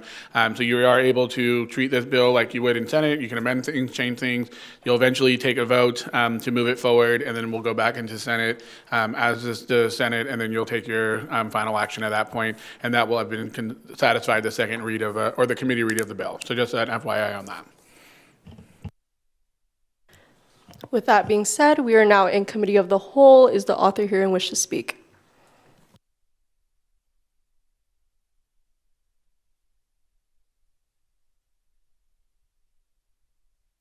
Okay, so as I mentioned in the last meeting when this legislation was first presented, this legislation would amend the underserved senator seats and transition them to be the seats to be at-large seats for the remainder of this session and also for next session. So that means if this amendment did go through and the student body voted yes to these changes, the remaining are underserved commissioner, underserved senator seat will be transitioned to the at-large senator, at-large commissioner seat. And then for all those that are elected to the underserved senator position in the general election, they would become at-large senator when they are sworn in as well. We touched on this a little bit. We touched on this within our session, in our executive session, but also within some of our initial presentations that these changes are happening because of a budget proviso that's prohibiting DEI programming, training activities, and related efforts, which went into effect on July 1st, and that we expect to continue to be in effect with the new budget with provisos as well. I'll answer any questions that you all may have about the legislation. Are there any questions? Senator Mallard? Yeah, so you talked about the current senators who are, or the current individuals who are running for underserved will be at large. Has the student body been informed of this, or like, will there be a comment when voting? Because, and my question about that is that's a pretty drastic change because underserved is a small demographic, at large is everyone. And so that is a very large change, at least in the voting scene. They'll see it because they have to vote on this constitutional amendment if it passes, so it'll pretty explicitly state that it'll transition over to at-large, so as long as they read the constitutional changes, and I hope that students that vote in the elections read what they're voting for, they should know if they are voting for that. Are there any other questions? Senator On. For those students that do get to vote on the underserved senator position, is then those seats also going to be offered like for everyone, since an at-large senator would showcase all of the general population? Or I guess who would that underserved senator seat be shown to for the voting ballot? So to my understanding on the ballot, if the ones that would be able to vote for the underserved senator positions are the ones that fit within that constituency group as it stands at this moment. So those that see the underserved senator seats are voting for those that declare for it will only be the ones that are part of that constituency pool, per se. But everyone will see the constitutional change if it does passes, because the student body has to vote yes for any of our constitutional changes. Are there any other questions? Seeing none, we'll now move into the debate period. Would anyone wish to speak in debate? Senator Fouquet. Can we make a motion to pass by unanimous consent on this? I believe so. Yes, you can. Okay.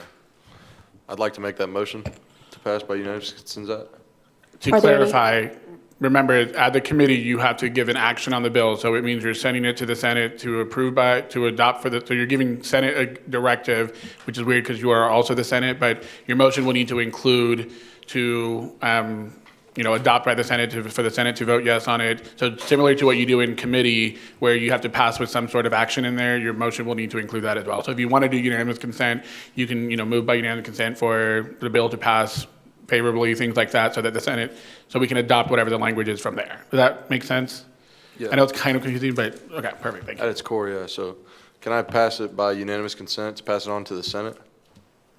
Are there any objections? Just to clarify, is your saying to an pass the affirmative. Senate with a recommendation to pass? Yes. Are there any objections? Seeing none, this motion passes. Yes, Speaker Fawn. I move to move out of committee of the whole and move back to Senate. Do I have a second? Second by Senator Mallard. We will now move into the voting period. No debate on this one.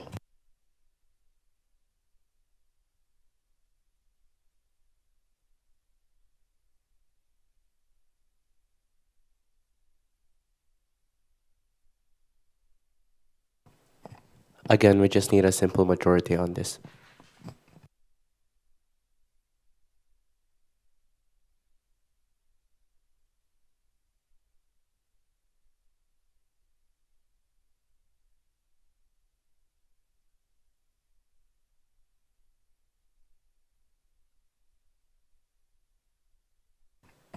With 25 yeses, 0 noes, and 0 abstains, this motion passes.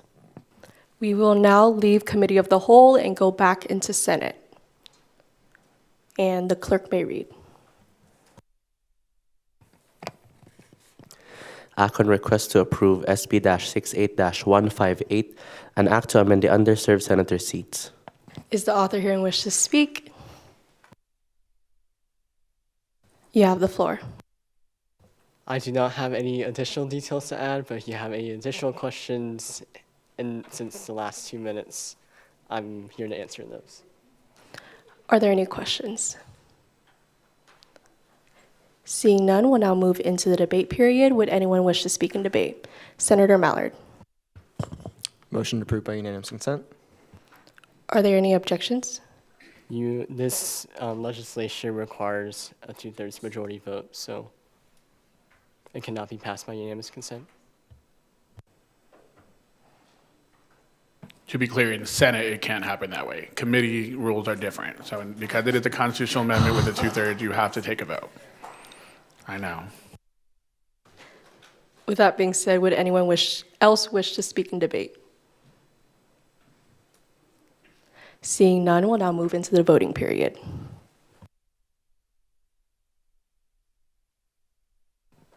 So for 2/3, again, we need 17 votes to pass.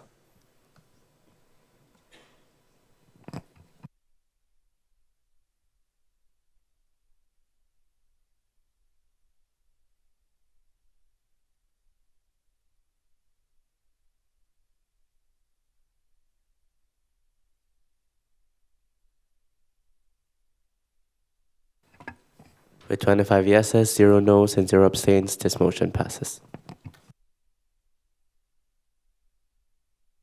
I will now hand the chair back over to Speaker Fawn. Thank you. We'll now move into 11.5. The clerk may read.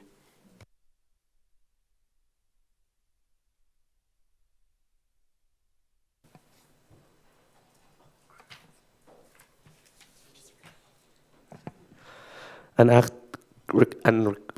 excuse me. Act on request to approve SB-68-153, an act to establish a framework for joint committee meetings. Is the author here ready to speak?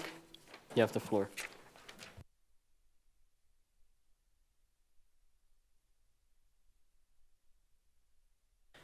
Good evening, everyone. As I presented this bill before spring break some time ago, in the committee meeting before spring break, we made a bunch of amendments. You can see the amendments in purple color. We just made the amendments to make the language more clearer to address the questions that were raised in Senate. So if anyone has any questions regarding the amendments, I'm open to answering all of them. You can see the amendments in purple color, and we have struck out some of the language as well to avoid confusion for joint committee structure. Thank you. Are there any questions for the, we'll move into the question period. Are there any questions for the author?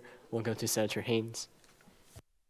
Yeah, it may be just my interpretation of it, but it seems that the point of this is in the event that something falls under both committees, when traditionally that necessarily hasn't been the case, and joint committees are really just coming together to necessarily discuss a certain issue, and there doesn't seem to be provisions for that. I was just wondering what the rationale behind leaving out because this seems real theoretical. What is I'm trying to figure out what the practical application of this really looks like, because I can't seem to get a good grasp on it. Practical impact of the whole bill language or a specific line?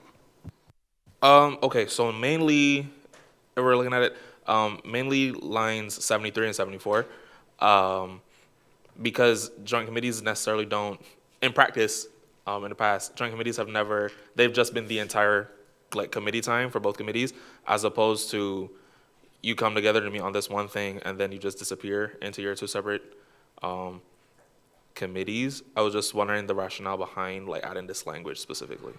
It was just added as a safety net. If you finish early in joint committee, let's say 6:15, you still have 15 minutes left, so you can discuss individual committee items as well, just as a safety net if you have spare time. So just to make part of the bylaw languages. Just that. Are there any additional questions for the author? Chairperson Peng. Hi, Chairperson Tawana. I guess I just had a question regarding line 56, with it crossed out of all motions, amendments, and votes shall be clearly recorded. Can you just kind of explain why that's striked out? Yeah, because if you look at the bylaws in the Senate operations, it's required to keep all the records open. So this was just to avoid any duplication or adding an additional line, because it's the job of the clerk and the pro temps and the chairpersons to keep the record. So just not repeating that language again. That was the only reason. Are there any additional questions? Senator Winslow. Yes, in line 25, and we striking out that section to replace it with the chairpersons of the committee shall mutually determine which chairperson shall preside over the joint meeting. Can I ask why that was changed specifically instead of the primarily referred committee? So yeah, just to avoid the confusion, what if that item was referred to both the committees? So in that case, how do you define if it falls under both the jurisdiction? Just to avoid that confusion, we rephrase the sentence technically. Are there any additional questions? Senator Haynes. Yeah, back on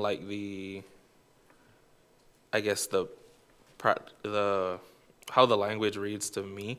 What was the rationale behind the pro temp appointment chunk of it, where it says, whoa, hold on, I lost it. Give me. It's on line 53. Yeah, there we go. Thank you. The pro temp as assigned by the participating chairpersons. I was just wondering the rationale behind leaving that language pretty open as opposed to not just assigning that chairperson that presides over the meeting with their matching pro temp. I was just wondering that. I think I didn't edit that because I assumed whoever the chairperson presides end up deciding in the earlier line as mentioned, their pro temp would take over. That was my interpretation of this language. If you want, we can make a motion and edit that up. So I'm open to that. Are there any additional senators with questions? Okay, seeing no further questions, thank you. We will now move into the debate period on this item. Are there any individuals that wish to speak in debate at this time? I'll go to Senator Mallard. Yeah, I'll obviously be speaking affirmation, and I want to talk a little bit about the point for 73 and 74. One of the purpose of making this is so that we can have more of a structure into how joint committees are run.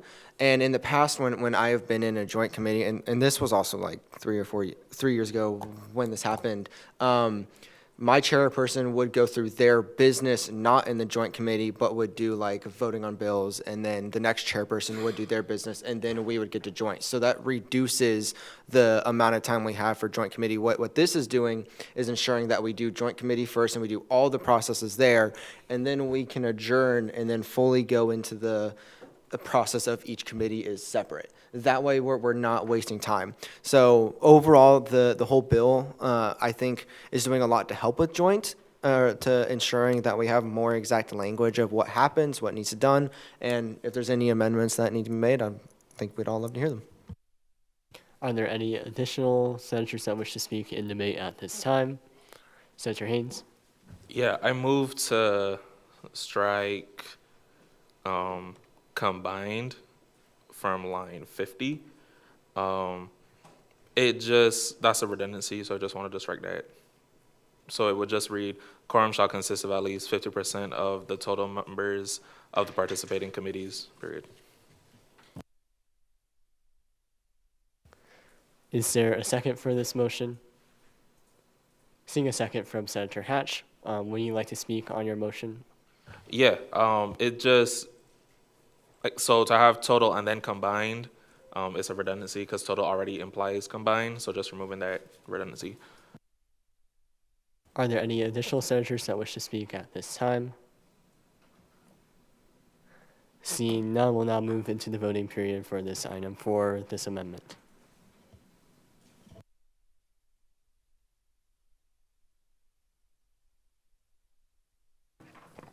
Voting is now open.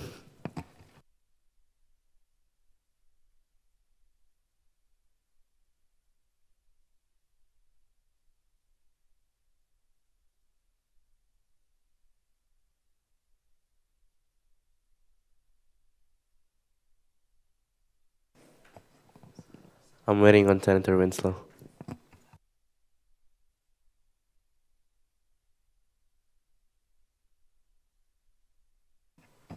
With 24 yeses, 0 noes, and 1 abstain, this motion passes. Are there any other senators that wish to speak at this time? Senator Haynes. Yeah, still working on the language in my brain because it's a little foggy, but I moved to amend lines 53 and 54 to read, the pro temp of the joint committee shall be the corresponding pro temp for the presiding officer of said committee, if that makes sense. Can you repeat that one more time for the record? Yeah, the pro temp for the joint committee shall be the, I guess, assigned pro temp of the presiding officer, like in their regular committee. Like I said before, the language is a little fuzzy on my end. I haven't done it, but it's essentially to just match the pro temp with their like regular corresponding chairperson.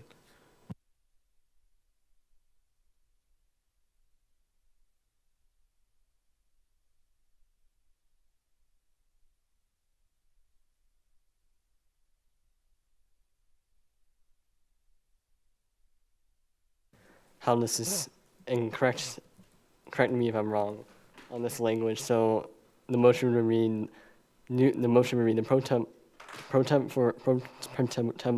for the joint committee shall be assigned pro temp of the presiding officer for the standing committee.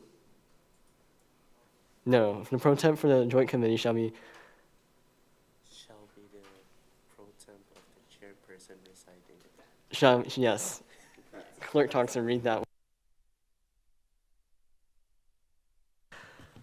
The pro temp for the joint committee shall be the pro temp of the residing chairperson. Did we get a second? Is there a second for this motion? We'll go seeing a second from Chairperson Tawana. We'll move into the debate period for this item. Would you like to speak further on your motion? Yeah, it's just kind of like a practicality piece. As somebody who has both chaired and pro temped joint committee meetings, usually if your chairperson is the person leading that meeting, the pro temp of that chair kind of just takes the responsibility of the minutes anyway. So just turn that like social rule into like a formal duty, I think works. Are there any other individuals that wish to speak at this time? Senator Lee. May I ask what happens when the pro tempore has to lead the meeting because their chairperson didn't show up, but we still have, let's say, the other chairperson and the other pro tempore in the joint committee?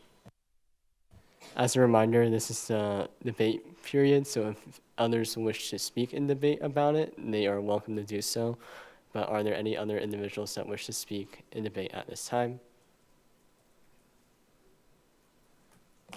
Okay, seeing none, we'll move into the voting period for this amendment.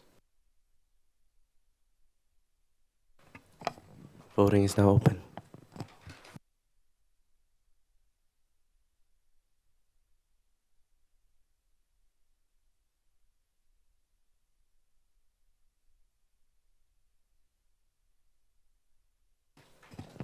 With 25 yeses, 0 noes, and 0 abstains, this motion passes. Are there any additional senators that wish to speak in debate at this time? Okay, seeing none, we'll move into the voting period for this item. And to be clear, this is for the entire legislation.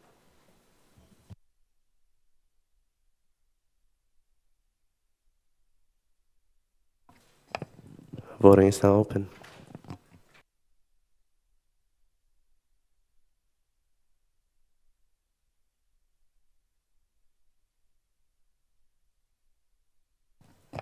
With 25 yeses, 0 noes, and 0 abstains, this bill passes.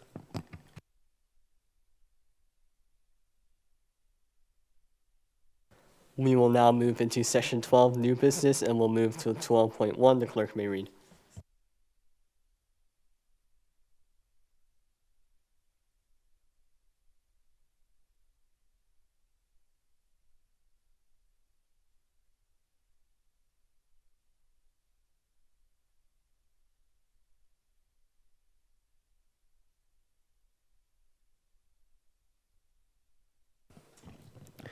Akon requests to approve SB-68-161, appointing Vincent Dong as Chief Justice.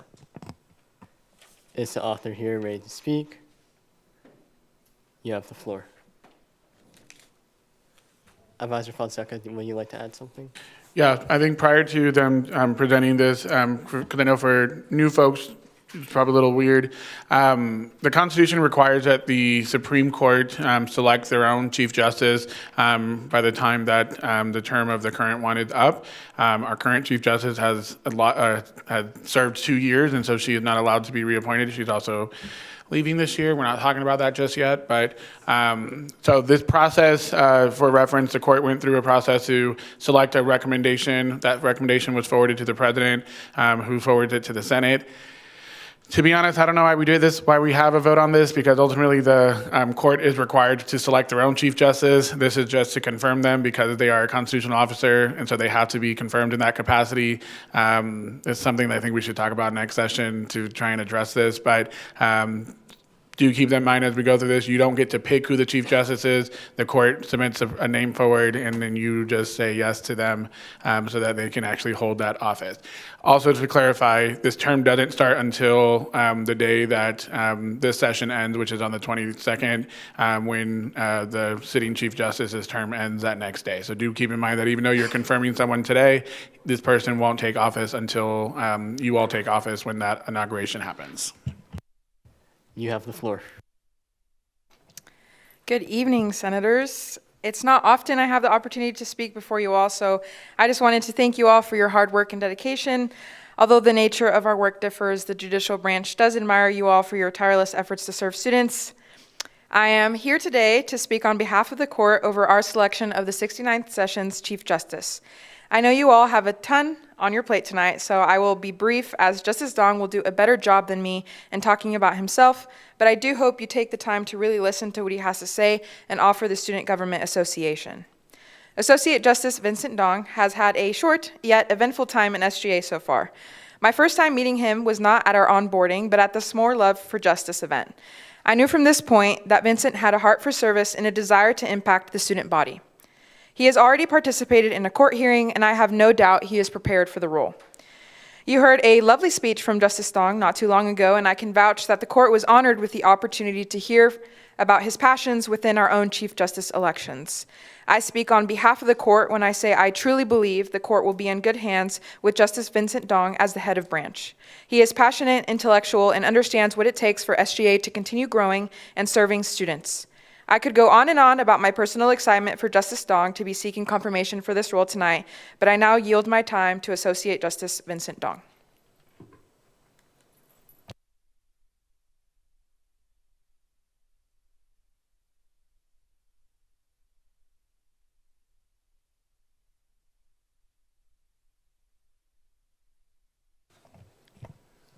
Good evening. My name is Vincent Dong, as Chief Justice Leslie Hernandez said, and I'm excited to be Chief Justice-elect.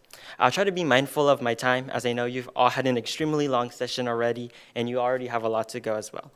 2 months ago, when I last spoke before the Senate for my Associate Justice appointment, I mentioned that I applied to SGA because I believed it was one of the most meaningful ways to serve the student body.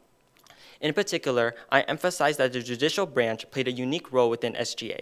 It uses justice and accountability to help improve students' experiences here on campus, thus strengthening the student body's trust in SGA. In the time I've been in the court, I've already seen just how much this branch lives to that statement, and I'm committed to continuing that work. As a dual major in both biology and political science, I believe that both fields shape the way I approach this role. Biology has taught me how to analyze information critically and focus on both the big pictures as well as the small details that create that picture. On the other hand, political science has taught me the importance of upholding fairness and the significance of the law.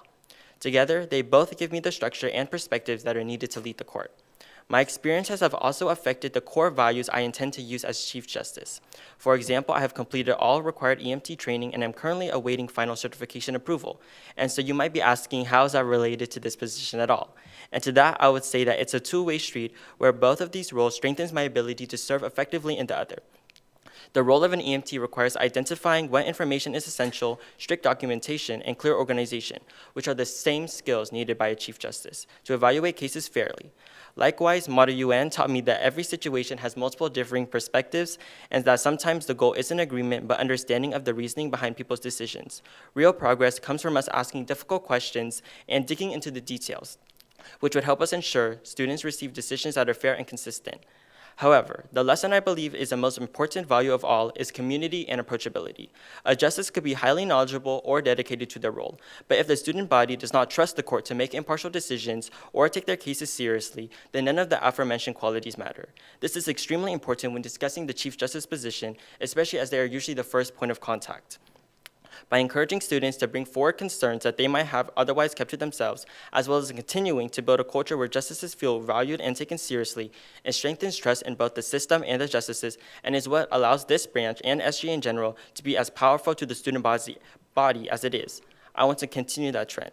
And so before I close this speech, I'd like to say that one thing that specifically stood out to me when I joined the court was just how welcome I felt. I was encouraged time and time again by my fellow justices, so I would have to give a shout out, of course, to my fellow my fellow Justice Leslie, as well as Maggie, DJ, AJ, Ryan, and our clerk of the court, Sophia, to continuously ask questions and to learn from this experience. This is the exact environment that I want to help create for future justices so they feel supported from the moment they join. By creating a culture of collaboration within the court, we can make sure that future justices are ready to serve students well and have full knowledge of their responsibilities. Also, as I previously mentioned in my last speech, and that I'll double down on again, I don't think that being the newest to the role and having such a short time on the court is a weakness. In fact, I think it's quite the opposite. I see it as a strength. It means I'm able to bring fresh eyes into any situation and an appreciation for this branch in general.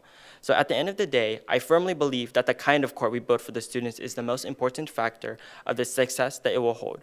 I'm ready to continue the strong work of previous courts while also shaping a court that is student-centered and led by the values of justice, accountability, impartiality, and community. If I become Chief Justice, I bring that mindset to every hearing, every deliberation, and every meeting. Thank you all so much, and that I hope I can earn your trust and become your Chief Justice for the 69th session. Thank you. We will now enter the question period. Are there any senators that have questions for the nominee or the authors of this legislation? Seeing none, thank you.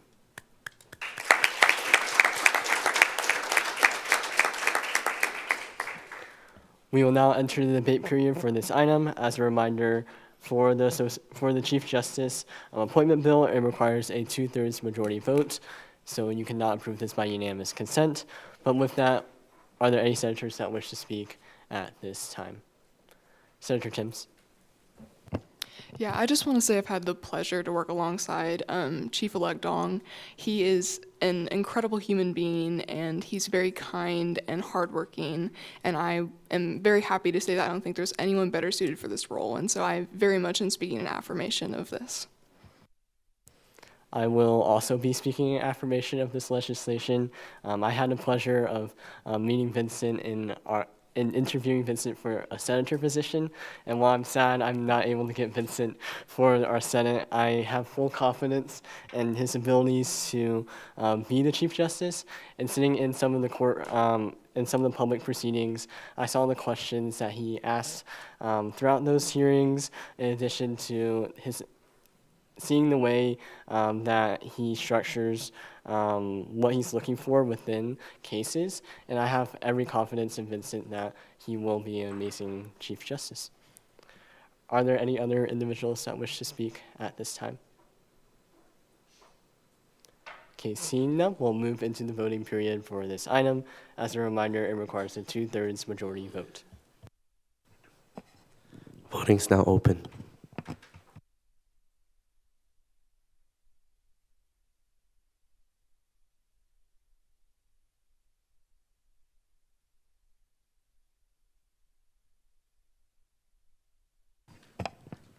With 25 yeses, 0 noes, and 0 abstain, this bill passes.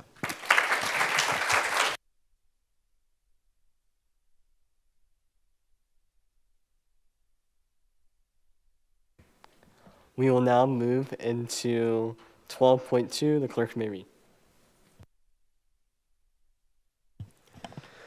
Act on request to approve SB-68-162, an act to fund the Vision Care Pop-Up Clinic initiative. Is the author here ready to speak?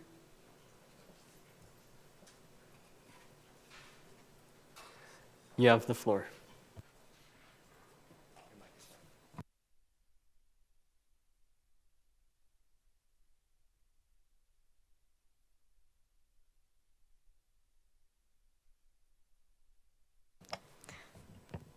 Good evening, Senators. Thank you all for your time tonight. I'll try not to take up too much more of it. I'm so excited to present this bill as it will directly increase healthcare access and benefits to our constituents. Access to healthcare is not just about treatment, it's about giving students the ability to fully show up in their daily lives. Vision care directly impacts how students learn, engage, and navigate both their academic and personal environments. In short, it's hard to learn when you cannot see clearly. Currently, Wichita State does not offer an avenue for students to pursue vision care on campus. This creates a barrier which forces students to delay or forego care altogether, secondary to cost, lack of insurance, or transportation challenges. The Student Health Services Quality and Utilization Report, a 51-question survey adapted from the National College Health Assessment and developed by Student Health Center staff and student researchers, surveyed 2,558 students during the spring 2025 semester. It identified vision care as the most requested service to be offered, with 53% of surveyed students expressing interest.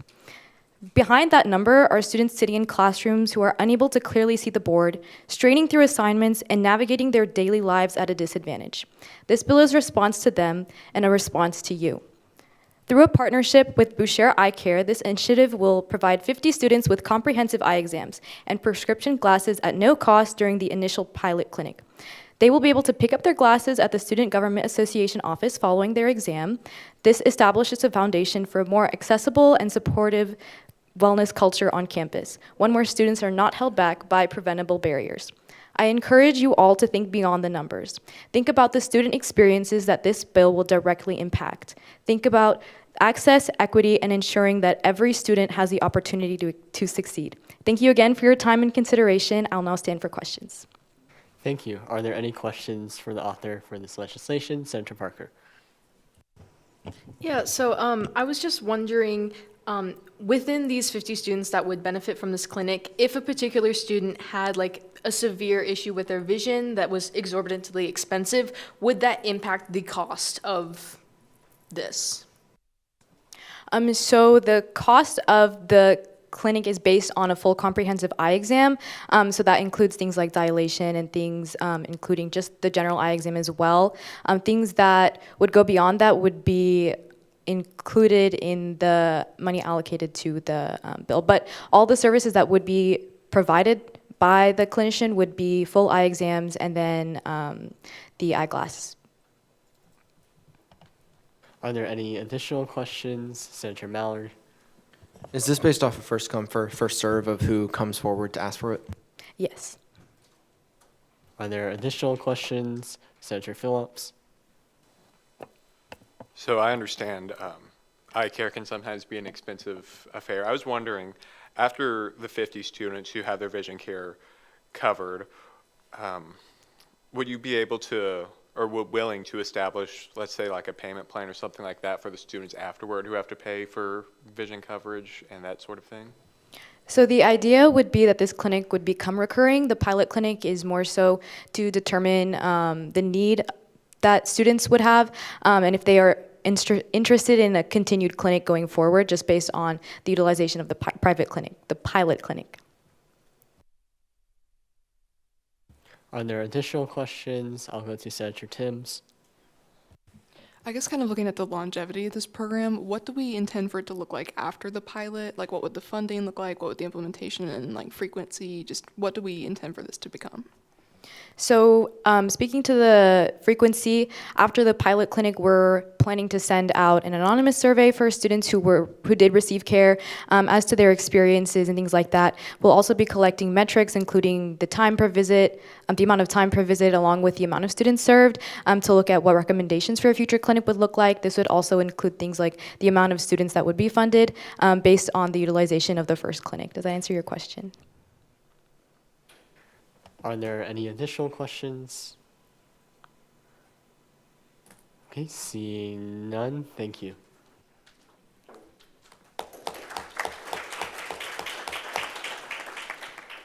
We will now move into the debate period on this item. I have deemed this legislation timely, so it only requires one first and final read. I deem this legislation timely as I felt like within the legislation, it included the necessary details for us to make a determination of whether or not we will wish to allocate the funding. Are there any individuals that wish to speak in debate at this time? Senator Miller. I'm going to speak in affirmation. I agree. I'm incredibly impressed by how much information has been included in the bill. I feel confident that we can, that we should pass this today, so I'm going to speak in affirmation. Are there any other individuals that wish to speak in debate? Senator Fouquet. Yeah, I was going to say, I think Director Raju did a great job. Looks like, you know, as a guy who wears glasses, I understand it's not cheap. Broken quite a few pairs. But, yeah, no, I think it's a great bill. Everything seems to be laid out well, and I appreciate the transparency. So definitely, I would say an affirmation. Are there any other individuals that wish to speak at this time? Senator Phillips. I'm also going to speak in affirmation of this as the third senator to do so, and probably not coincidentally the third senator who also has glasses. So I really need to start writing down what I'm going to say because I lose my train of thought pretty frequently, but I just wanted to get that out there. Okay, I will close the debate period at this time. We'll move into the voting period. And this requires a simple majority vote. It is open.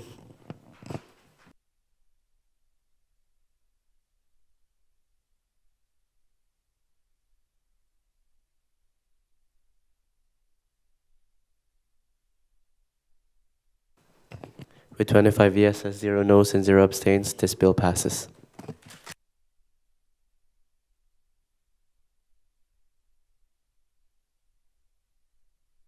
We will now move into 12.3. The clerk may read. Act on request to approve SB-68-154, an act to amend the Student Bill of Rights. Is the author here ready to speak? You have the floor.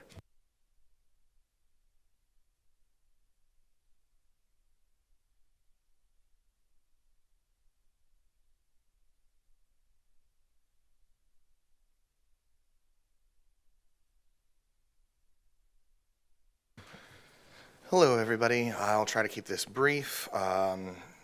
Basically, I'll start with just a simple history of this bill. This started last year as a bill in response to a lawsuit to remove protections for disabled students, 504 protections across the entire federal government. Early in 2025, it started as a suit, Texas v. Kennedy. It has since gone under a change to a new name with a more narrow scope, but this is basically just an amendment to the Student Bill of Rights to guarantee protections for disabled students and different groups that would have lost protections had that lawsuit gone through. I know it's still in the courts right now, however, just preemptively getting ahead of any changes that might happen to 504 protections and guaranteeing our students just the right to participate in campus activities regardless of disability status or any other protected status.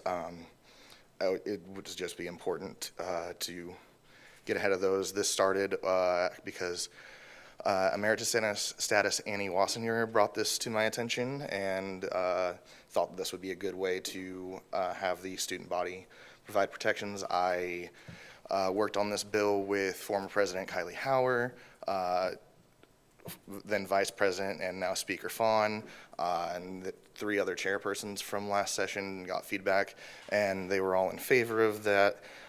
This bill did pass last year, and we were waiting on Faculty Senate to get back to us because previously we needed approval from them to amend the Student Bill of Rights. They have since changed that, so now just this body needs to approve those changes. Yeah, if there's any questions, I'm here for that. Thank you. We will now move into the question period. Are there any questions for the author? Okay, seeing none, thank you. This legislation is referred to the Student Services Committee. We will now move into 12.4. The clerk may read. Act on request to approve AR-68-015, an act to prioritize the coordination of WSU and USD 259's inclement winter weather policies. Is the author here ready to speak? You have the floor.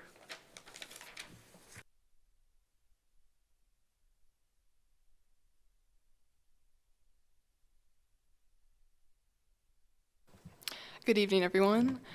So as you might remember, on January 26, Wichita had a lot of snow on the ground, and USD 259 closed down that Monday, but Wichita State remained fully open and operational.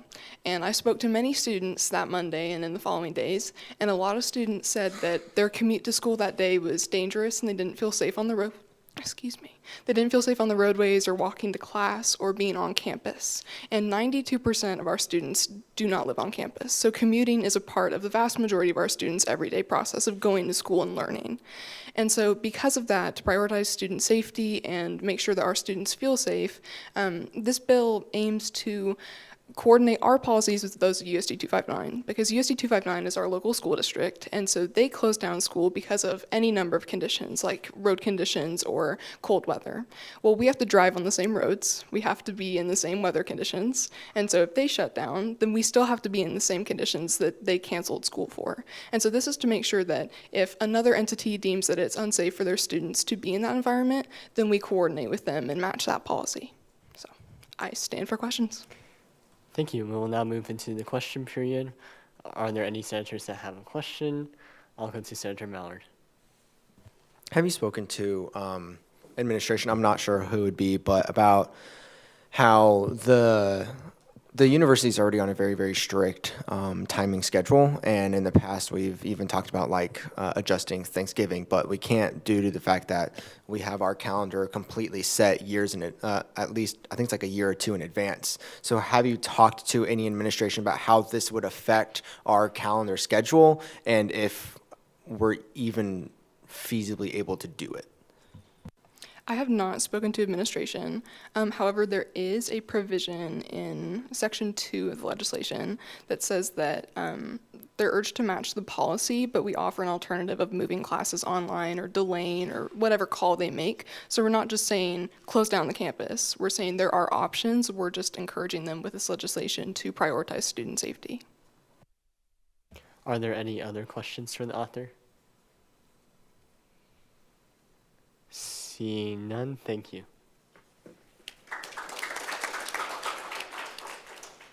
This legislation is referred to the Student Services Committee.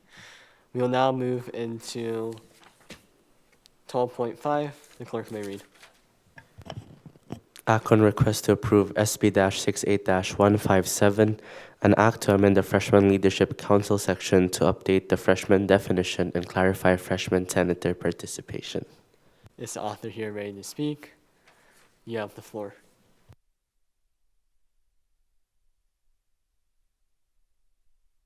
Hi again, everyone. So for this bill, as we last fall semester, we changed the freshman definition in our bylaws for freshman senator. So just to follow up on that bill, we thought it would be best to change the definition in our freshman leadership council section of our bylaws. And you can see the definition changed to with color purple mentioned in section 6 in line 23 till line 26. So, and also the same for in C3 line 37 to 39.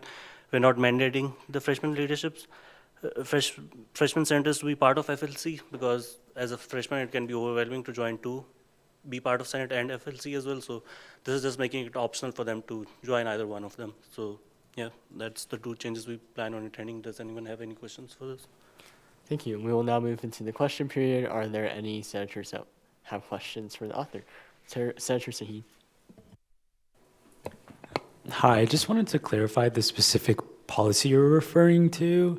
I was never informed about the specific policy that coincides with this, informing that freshman senators are forced to be on the freshman leadership council, or it's mandatory. And I was wondering if this is something that's only considered when someone is appointed at the beginning of the session, or just more clarification on the policy you're referring to. Advisor Fonseca, do you want to add anything to that?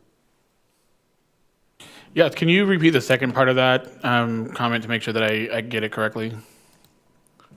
Yeah, so I'm just speaking mostly from personal experience. Like, I wasn't necessarily informed of a mandatory participation for the Freshman Leadership Council, and I was just wondering, just for clarification, if this policy is specifically something that's only considered if you're appointed at the beginning of the session. Great question. Yeah, so when the Leadership Council was established, it was actually written first under executive order and then formally adopted last session. Yep. I think the intent of that language was for that point of when the election occurred and not necessarily the appointment process, because by the time, hypothetically, when you were appointed, the council was already established and seated and doing its work. So I think the intent of this bill is to eliminate the that concern of if you were appointed, let's say in January, you coming in into the, or a freshman senator appointed in January coming into the council in January, you would be way behind from the rest of the group. And so I think the intent of this language, and correct me if I'm wrong, but I think the intent of this language is to eliminate that so that it doesn't have to cause that moment to happen. But normally that practice has been in place prior or after the election of the freshman senator, then they would be seated on the council as well, because around that time is when the council is formally also seated. So I think it's to kind of eliminate that weird gap of a new person potentially coming in January or whenever a new one would be appointed, so that it doesn't cause that issue. And I think that's the intent of what that action is trying to do. Does that help answer your question? Okay. And to add some additional context, I was the one that wrote the bylaw changes implementing FLC into the bylaws. So I think Advisor Fonseca is correct with the intent. It was originally for earlier in the session for members of FLC to, freshman senators to serve as members of FLC. With the appointments, we kind of found it was very late and really hard to catch up. So I think it would be, that's kind of the background behind it.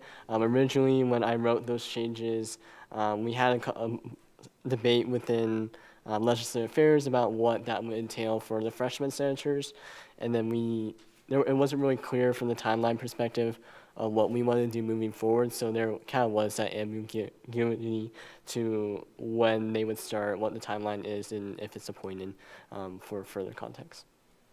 Are there any additional questions for the author?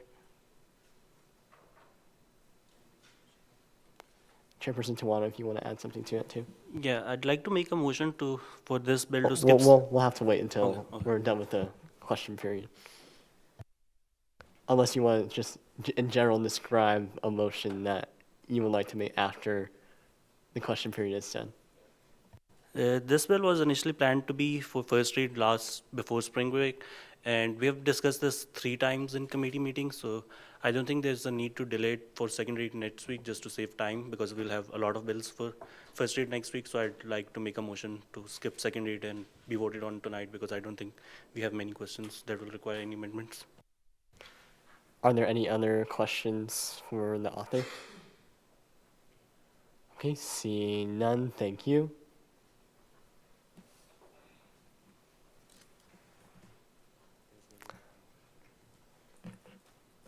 Are there any motions that any senator would like to make? Chairperson Tawana.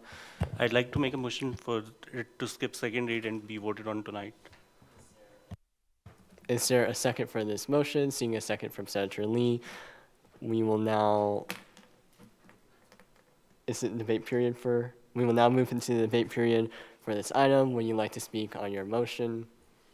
As I already mentioned, like we've discussed in committee for like 3 committee meetings, and I don't see a point of it being delayed to next week, as we'll have a bunch of first reads in next committee meeting, Senate meeting, so yeah.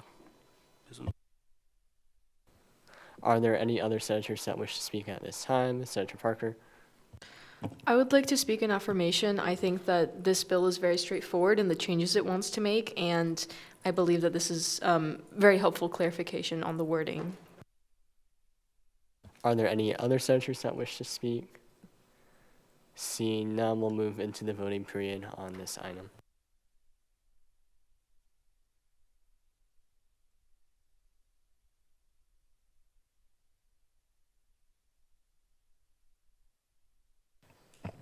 Voting for the motion is now open.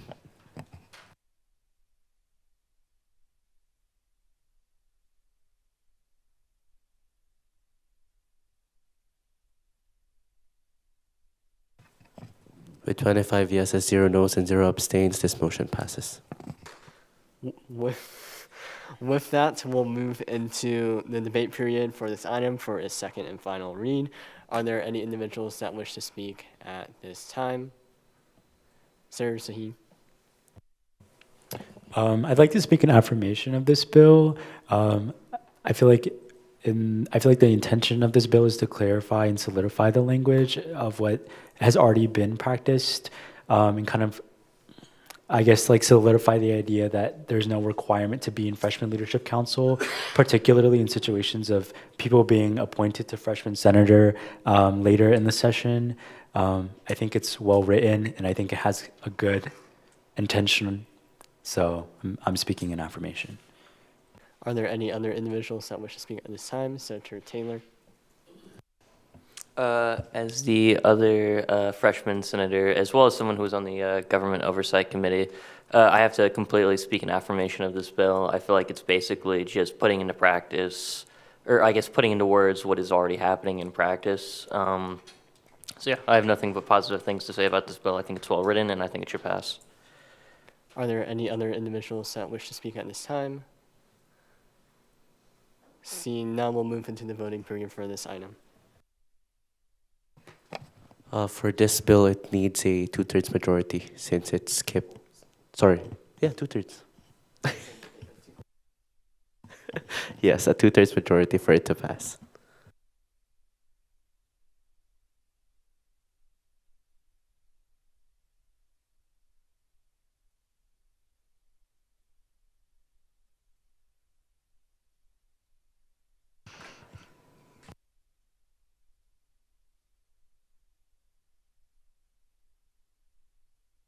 Well, regardless if it was simple or 2/3, it gets a 25-0-0, so this bill passes.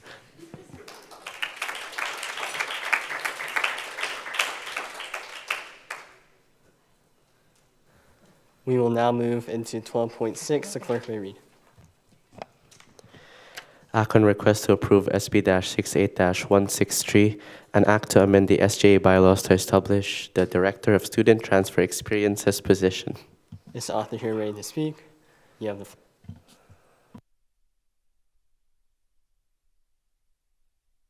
Hi again, hopefully for the last time. So, based on this bill, there's technically we had an appointment of Director of Student Transfer Experiences position through an executive order. As based on our current bylaws, there is no such position exists in the bylaws in the executive branch.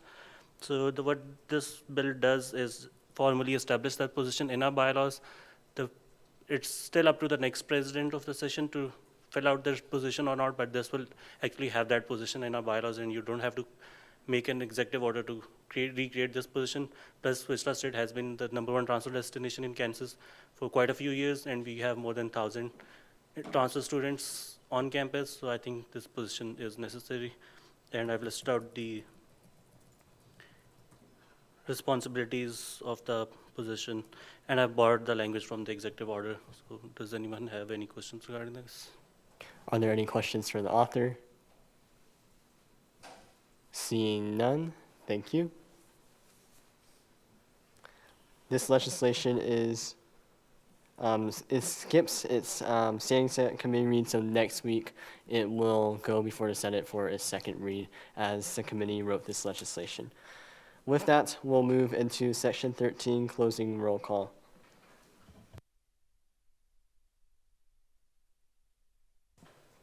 Roll call is now open.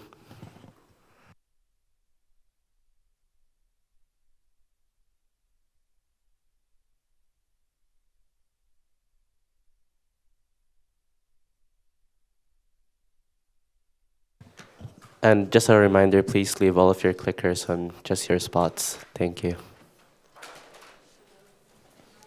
Oh, waiting on someone. We're waiting on one more response, and as a Senator reminder, Peng. we're waiting. As remember, please do not pack up until the meeting is formally adjourned. Next time, I'll gavel people that get up until our meeting is officially over. Done? Are we good? Okay. We will now move into section 14, adjournment. The Student Government Association Student Senate will stay adjournment until Wednesday, April 1st, 2026 at 7:30 p.m. I adjourn this meeting at 9:15 p.m.